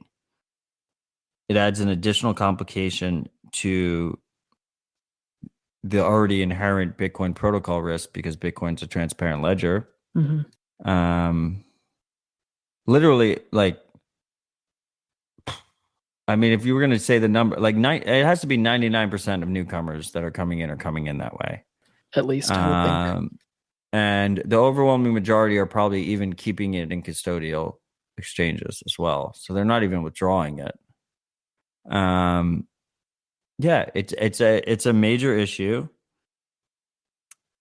It's something that I think long term gets partially mitigated from like a circular economy. This idea that you're not buying Bitcoin, you're earning Bitcoin, you're not selling Bitcoin. Yeah. You're spending Bitcoin. But it's definitely a concern. And when I talk about privacy on Bitcoin, it's I mean, this most recent time, like I wanted to do a episode on Citadel Dispatch where there's so many newcomers coming into Bitcoin. So I wanted a Citadel Dispatch where I could this is the newcomer episode. Like you just come, like you listen to these 2.5 hours. We give you start to finish. This is what you need to know. You don't have to do it all in one episode and like get it done, but like this should be your pipeline or these should be your steps that you take as you enter. Yeah. And like we're talking about like transaction fees and UTXOs and like coin selection. If you receive Bitcoin, like the sender might know where your Bitcoin goes next. If you don't practice coin control, and if you pay someone with Bitcoin, you don't practice coin control, they might see what funds you have previously. And then there's like all these professional surveillance mercenaries that are like working for governments and corporations and authoritarians, and fucking they're all trying to track you all the time, and it gets really fucking convoluted really quickly. And it's very it makes you very disillusioned. It's like the fourth time I've said disillusioned. That's how disillusioned I can be sometimes. I think it's the biggest threat to Bitcoiners that exists. It's not, to me, I don't think it's a threat to Bitcoin. I've come to the conclusion that I don't think it's a threat to Bitcoin. It's not a threat to Bitcoin, the network. It's not a threat to Bitcoin, the protocol. It's a threat to individual Bitcoiners. And when I say that, I mean that if you want to attack Bitcoin and you're a large nation state or a sophisticated actor that's sub-nation state, but maybe a corporation or something like Facebook, or I guess Meta, whatever they're calling themselves now. You don't attack the network. You can attack the users. You attack the users, you bag and tag the users, you hit them with onerous regulation, and you make examples of those who don't comply, and then the majority of people comply, which is what we saw. I mean, 2020, I mean, if you don't think the majority of people will comply, if you make examples out of a few people, like, I don't know where the fuck you're at. So that's basically the conclusion I've come out with. And I think Bitcoin will be relatively fine in that situation. I think it's just people will learn. They'll get burned and they'll learn. I don't know. I don't think it's a I don't think it's a Bitcoin killer. I think it's a Bitcoiner killer. Yeah, I think it's a really good way to phrase it. Like you said, it's the easiest way to actually attack Bitcoin, because technically attacking Bitcoin is very difficult, and technically changing Bitcoin is very difficult. But exactly, grabbing those on ramps and off ramps, especially when there hasn't really been a strong circular economy, still, unfortunately, I'm still definitely hoping that's something that continues to develop, and there definitely are places and people that are really driving that. It's gotten stronger. Yeah. I mean, you can go to El Salvador, you can buy anything you want. Yeah. There's a lot of complications there too, but it's a it's a good step forward, at least for people to start wondering what it would be like to have a circular economy that involved Bitcoin. There's, like you mentioned, so many of the issues around privacy on Bitcoin, they're not fixed by there being no KYC on or off ramps, but they are definitely at least they're significantly reduced. Yeah, I mean, the KYC is what really complicates a shit ton of it. Yeah. And especially when you start to talk about, like, you talk about CoinJoin and people are like, if I use CoinJoin, I might never be able to send it to a regulated service. Yeah. Right. But like, if you're in a circular economy situation, like, no one's gonna, someone's not gonna sell you a sandwich and be like, well, what, this transaction like 8 hops ago had CoinJoin history. Yeah. As long as they're not reliant on a regulated service. Banking system. Yeah. And that's where it gets complex, because if every KYC on and off ramp, or if every on and off ramp is KYC and people can't actually spend their Bitcoin. But then I wonder because we talk about lowest hanging fruit, right? Mm-hmm. And like, imagine you could do so much damage just not allowing withdrawals from regulated exchanges. Oh yeah. Maybe that's the lowest hanging fruit. Maybe I'm just overthinking it, and that's not even, like, the lowest hanging fruit isn't even the KYC. It's just, you're not allowed to withdraw. Like, you can get price exposure, but you're not allowed to withdraw. But I don't know. I think that's the ideal. I think they realized drawing that line would maybe be too aggressive. Maybe. But I think also the hard thing with Bitcoin is the default behavior is not conducive to privacy. So as long as people aren't withdrawing and then using privacy tools like CoinJoin, I don't think they really have a problem. Because if you're just withdrawing, I've spent like 2.5 years like telling people to, if they're going to use KYC services, they should CoinJoin afterwards. Yeah, have to. And like, we really just haven't had really, like, the adoption's good. It's good to see the adoption. I mean, it's not nothing. Like, Whirlpool liquidity right now is a couple $100 million. Like, it's not nothing. I think it's like $250 million right now. But it has not been as, it comes down to, it comes down to the same personal responsibility discussion we had earlier. Yeah, I was just going to say that. It's just like, people don't want to, it sounds too complicated for them. And they just want to do the easy route. Yeah, and that's been, I mean, anybody who follows me on Twitter has known me for a while. It's been kind of my issue with Bitcoin is that I struggle to recommend it to people, because if I don't recommend it with all of the specific ways they need to use it to maintain privacy, it's risky. Yeah, and I think you definitely recommend it well. People like Bitcoin Q&A are putting out great content, and the default recommendation from some of y'all is great privacy practices, but like you mentioned, most of it is so bad. Yeah. Most people are just recommending, like you said, just set up your dollar cost averaging account. Maybe if you're lucky, you're actually withdrawing every now and then. They're like, buy a hardware wallet and just like DCA the hardware wallet and don't care about privacy. Yeah, exactly. And that's always been my struggle with Bitcoin as a tool. Like if we get past the money aspect, which is really hard to do, but if we get past that money aspect as a tool, that's made it the thing that just really stops me from recommending it, because I can't really trust that I can just tell someone to use it and even give them the resources. But still, I would worry that they wouldn't use it properly. But like you said, if KYC becomes a diminishing factor, that does greatly reduce the issues that are inherent. There are still definitely some problems, but that would be the vast majority of it erased. But even if you talk about stuff like CoinJoin, if you talk about a lot of the CoinJoin pitfalls, like a lot of the CoinJoin pitfalls are KYC related, right? So like if you have like a tool like Samurai, you have an app level kind of tool, rather than a protocol level, like something that Monero has done.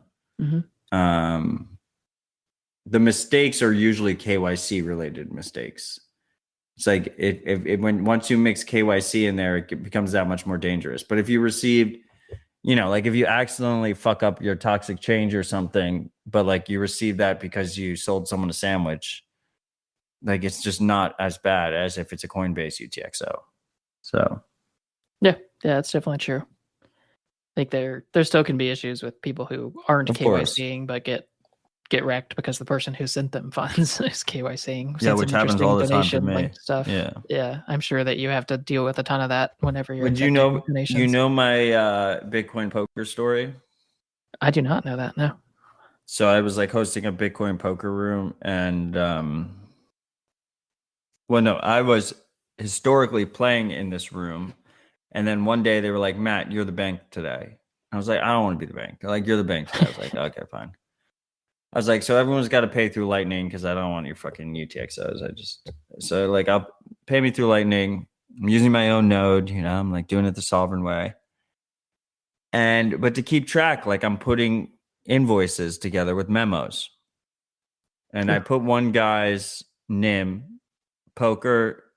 The memo is poker and then his NIM. And then he paid me from Strike. So then Strike knows his NIM and that we played poker and my node ID. So like all of that got combined just because he decided to pay me through Strike or whatever. So yeah, it's definitely an issue. Yeah. Do you have a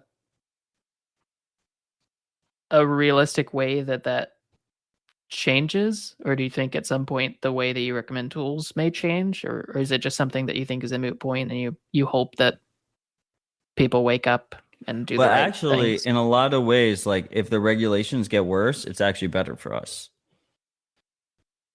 So like the worst case scenario is the biggest fear I have is that people come to the conclusion that like custodial KYC privacy is the way to go. Yeah.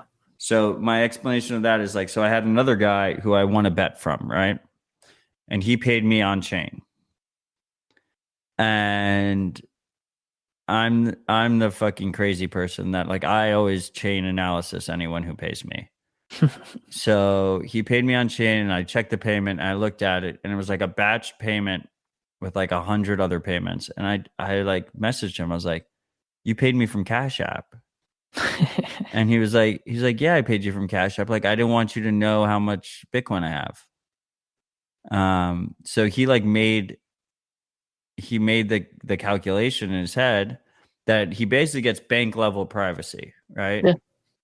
Like it's the same privacy you get like with a private Venmo transaction that's not, on their social media feed or whatever, where Cash App knows that he made the payment, but I don't know how much money he has, and he's protected in that regard.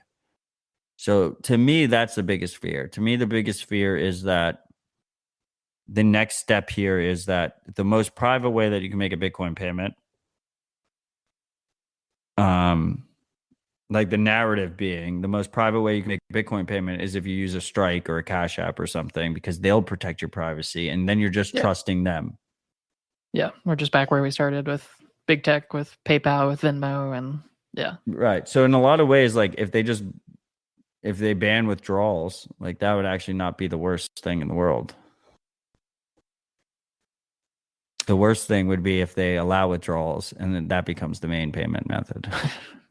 Yeah, I've heard of a couple people doing that before, but I've never really. I get it all the time. Never clicked why people were doing that, but I mean, it makes sense, I guess, if you trust your custodian more than you trust yourself to maintain privacy.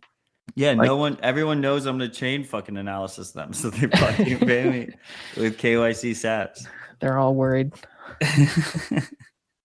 I've never dug into that. That's a fascinating angle, and definitely, I think that's a great.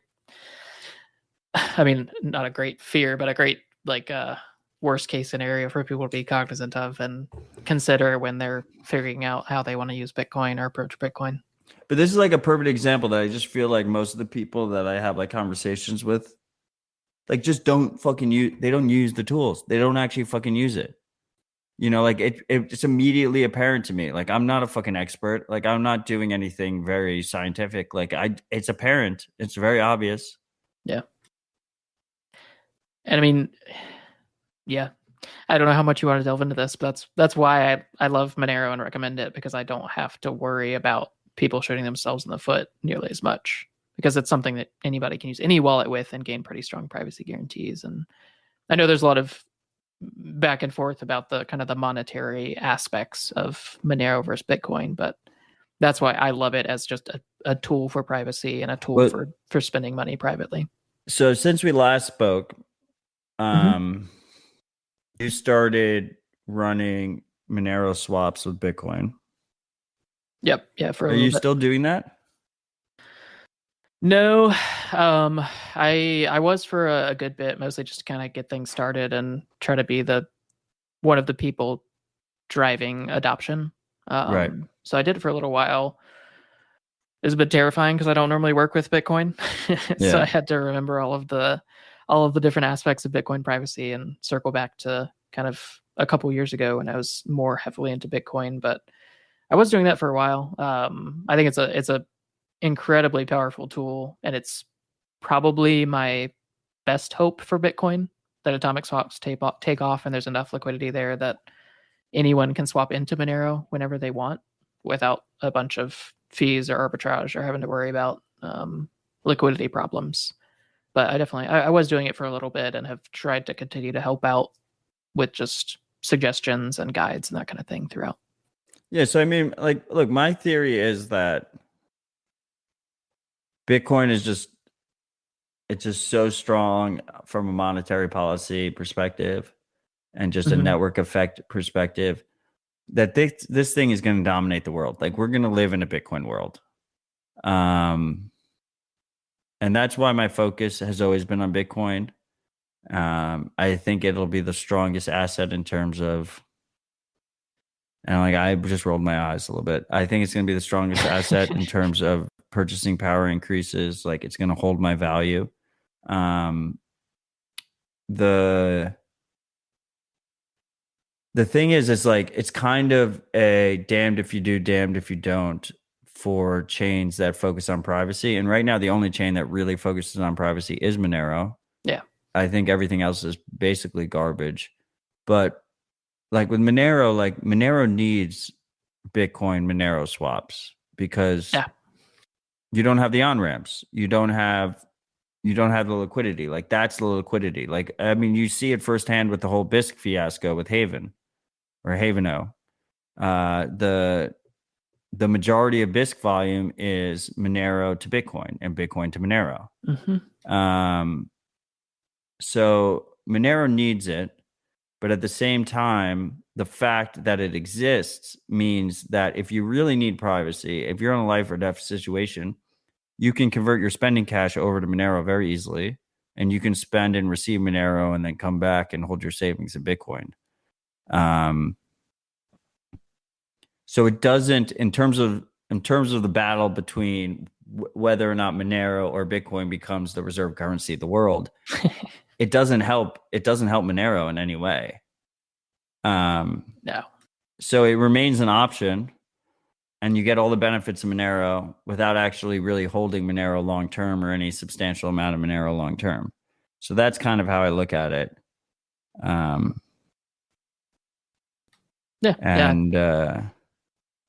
think that's to me, that's probably the most reasonable view of someone who's deeply into Bitcoin. I think it makes the most sense with the store value properties that Bitcoin has proven over time. I mean, Monero has done very well over time as well, but Bitcoin obviously has a longer track record, and it can be trusted a bit more in that sense of actually saving and gaining purchasing power in it. So I think it's a gamble. It's a gamble. Yeah. I mean, I think it'll outperform over the next 5 to 10 years or whatever, but that is my personal opinion.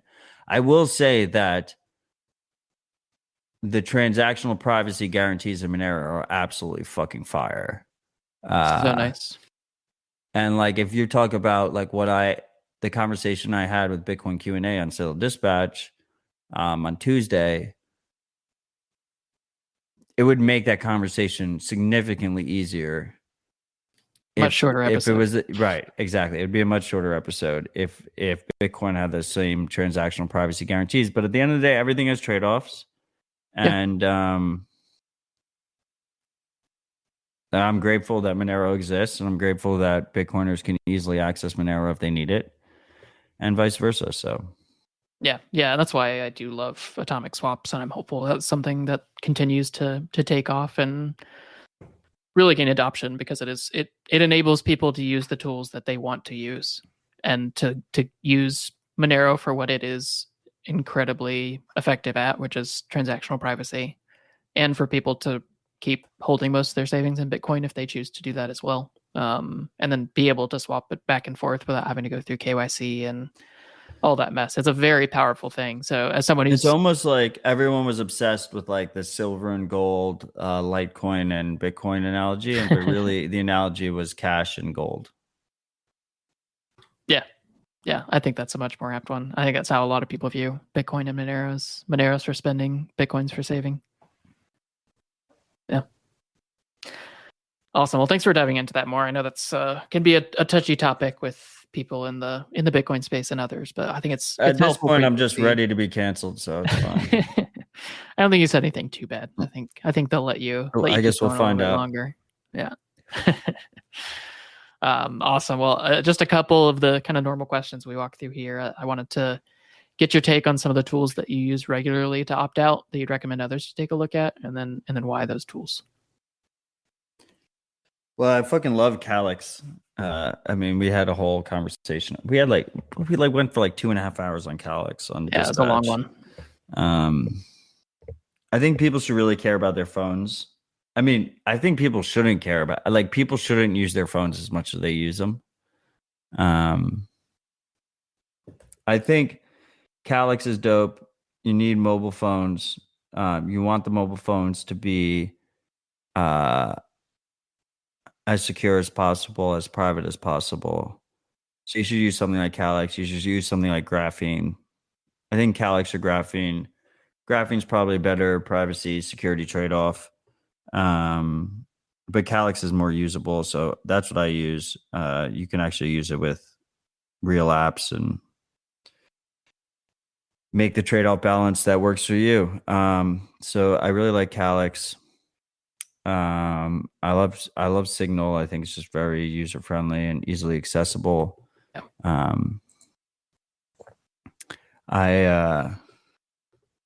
So I have Calyx, I have Signal. What other tools do I use? I like Aegis for two-factor authentication. I really like Threema for chats, but like you're not going to get many people to use Threema with you. A good one for like chatting with people who are already deep into kind of privacy circles, but it's not like I don't have any like normie friends on Threema.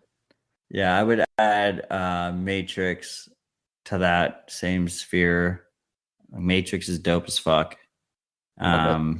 Use it for as much as I can. I don't know. What else do I use? I love Pop OS.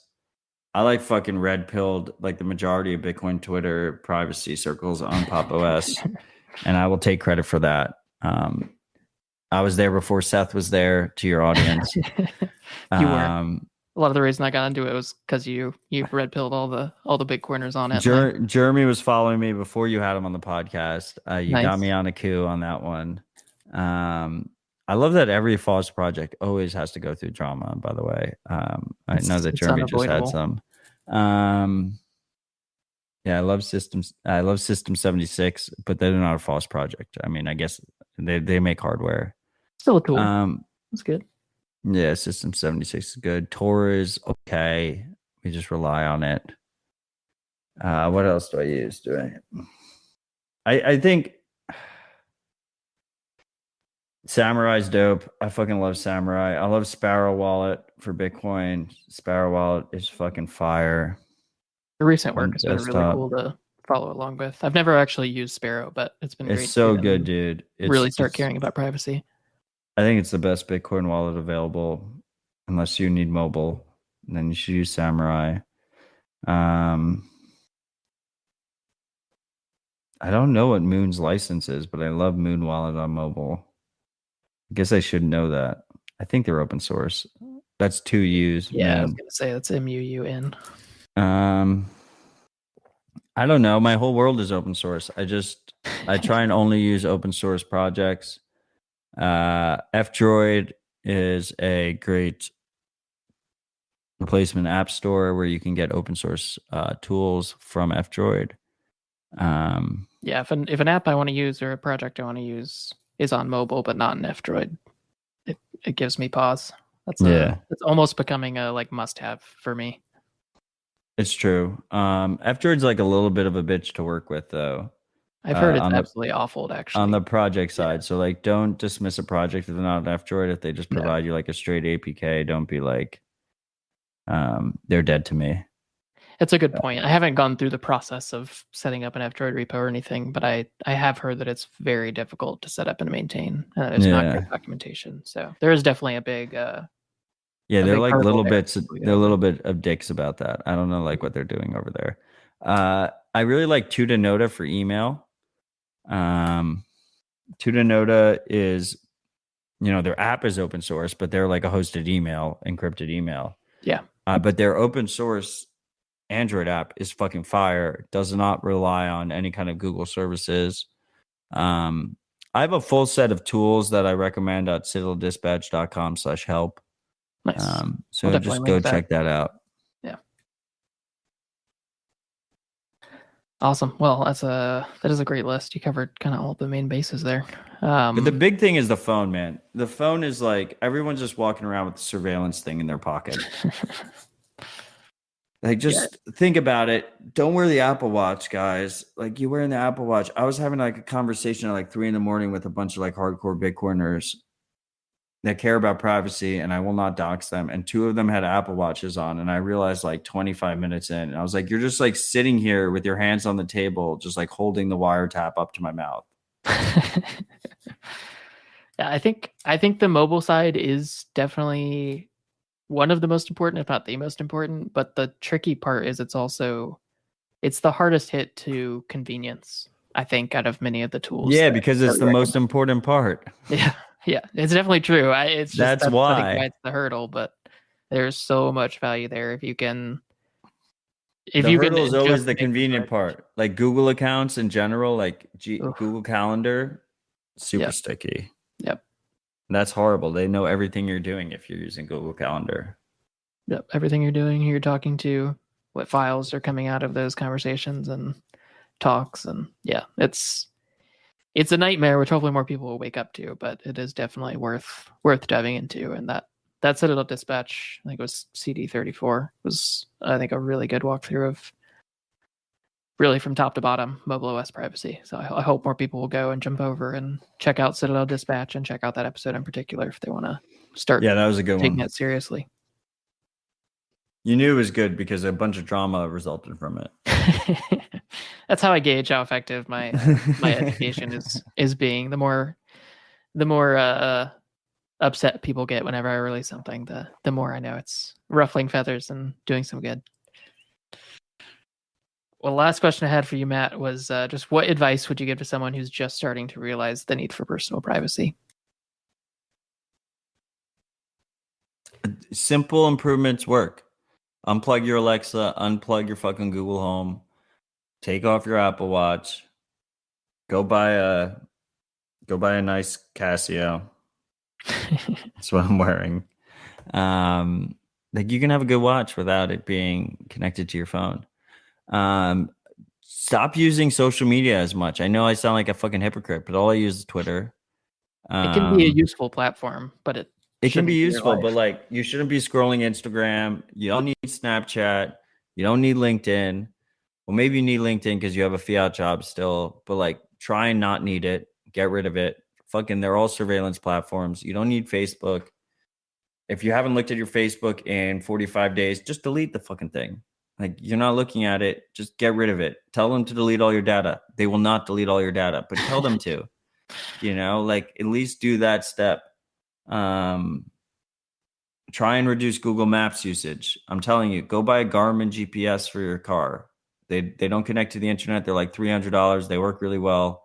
You can actually still get traffic data. It goes through the FM radio waves. Huh. And they don't know where you're located. So it's passive. So just fucking do that. Get rid of your Nest camera system. Your Ring. If I walk up to your fucking house and I'm on camera because you have a Ring doorbell and it's going straight to Amazon servers, like what the fuck are you doing? Like just don't do that. Like consider not doing that. The little steps. Don't send your information to a DNA database. Like little things make a difference. At scale, they make a massive difference. Care about your privacy. If you don't care about it, our grandkids are going to be in a horrible fucking place. If you're not going to have kids, okay, fine. My grandkids are going to be in a horrible place. Like do it for my grandkids. It's the little things, guys. It's the little things. They will make a big difference in the long run. And don't get disillusioned about it. Don't get number 5. Don't get disillusioned about it. Like we've never been in this point in history before. We've never been in this point of history where so much surveillance is happening on a constant basis. It's happening by corporations. It's happening by governments. They're working together in a lot of situations. And it's going to get dark before it gets light out. And we can reduce the darkness if we make small steps today. Yeah, I think that's excellent advice. And so many of those things you mentioned, they seem daunting at first, but when you actually take that step, you realize that so much of what you've been sold and told about these products and services is really not reality. And you realize that the reliance you think you have on them just isn't really true, or is even getting in the way of real relationships or real life, or a lot of different aspects. You'll realize that there's a lot more benefit even than you may recognize at first when you start to take that dive. So hopefully more people will take those steps, and those are really good starting points for people to jump in. 100%. Well, thanks again for coming on, Matt. It was a pleasure. I'm glad this one turned out to be a long one. I expected it, but always love just all the different topics that we get into whenever we have a chance to chat. So grateful for it.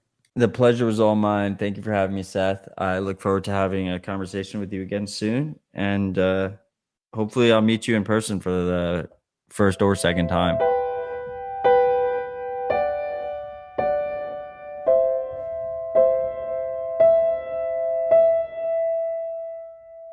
Thanks for listening, and I hope you enjoyed this episode of Opt Out. If you did, please take a moment and subscribe to the podcast, or if you're already subscribed, share it with one friend or family member this week. As always, you can check out the link to the guest content and contact info, as well as links to all of the tools we discussed in today's episode. Now get out there and opt out this week.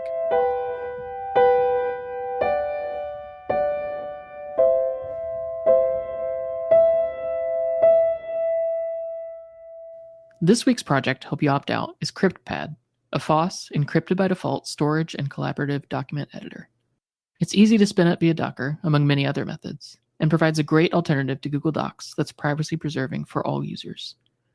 I host a public instance that's free to use at cryptpad.sethforprivacy.com, so take a moment and check it out there if you have a need for collaborative document editing, Kanban boards, whiteboarding, or even a bit of private storage. You can use it without an account if you want, or sign up without needing email or any other personal information to keep track of documents, share them easily, and store up to a gig of files. Check out the section in the show notes on Cryptpad for more info, including how to donate to them if you enjoy the service. I'm very thankful for excellent alternatives like Cryptpad, so be sure to show some support if you can.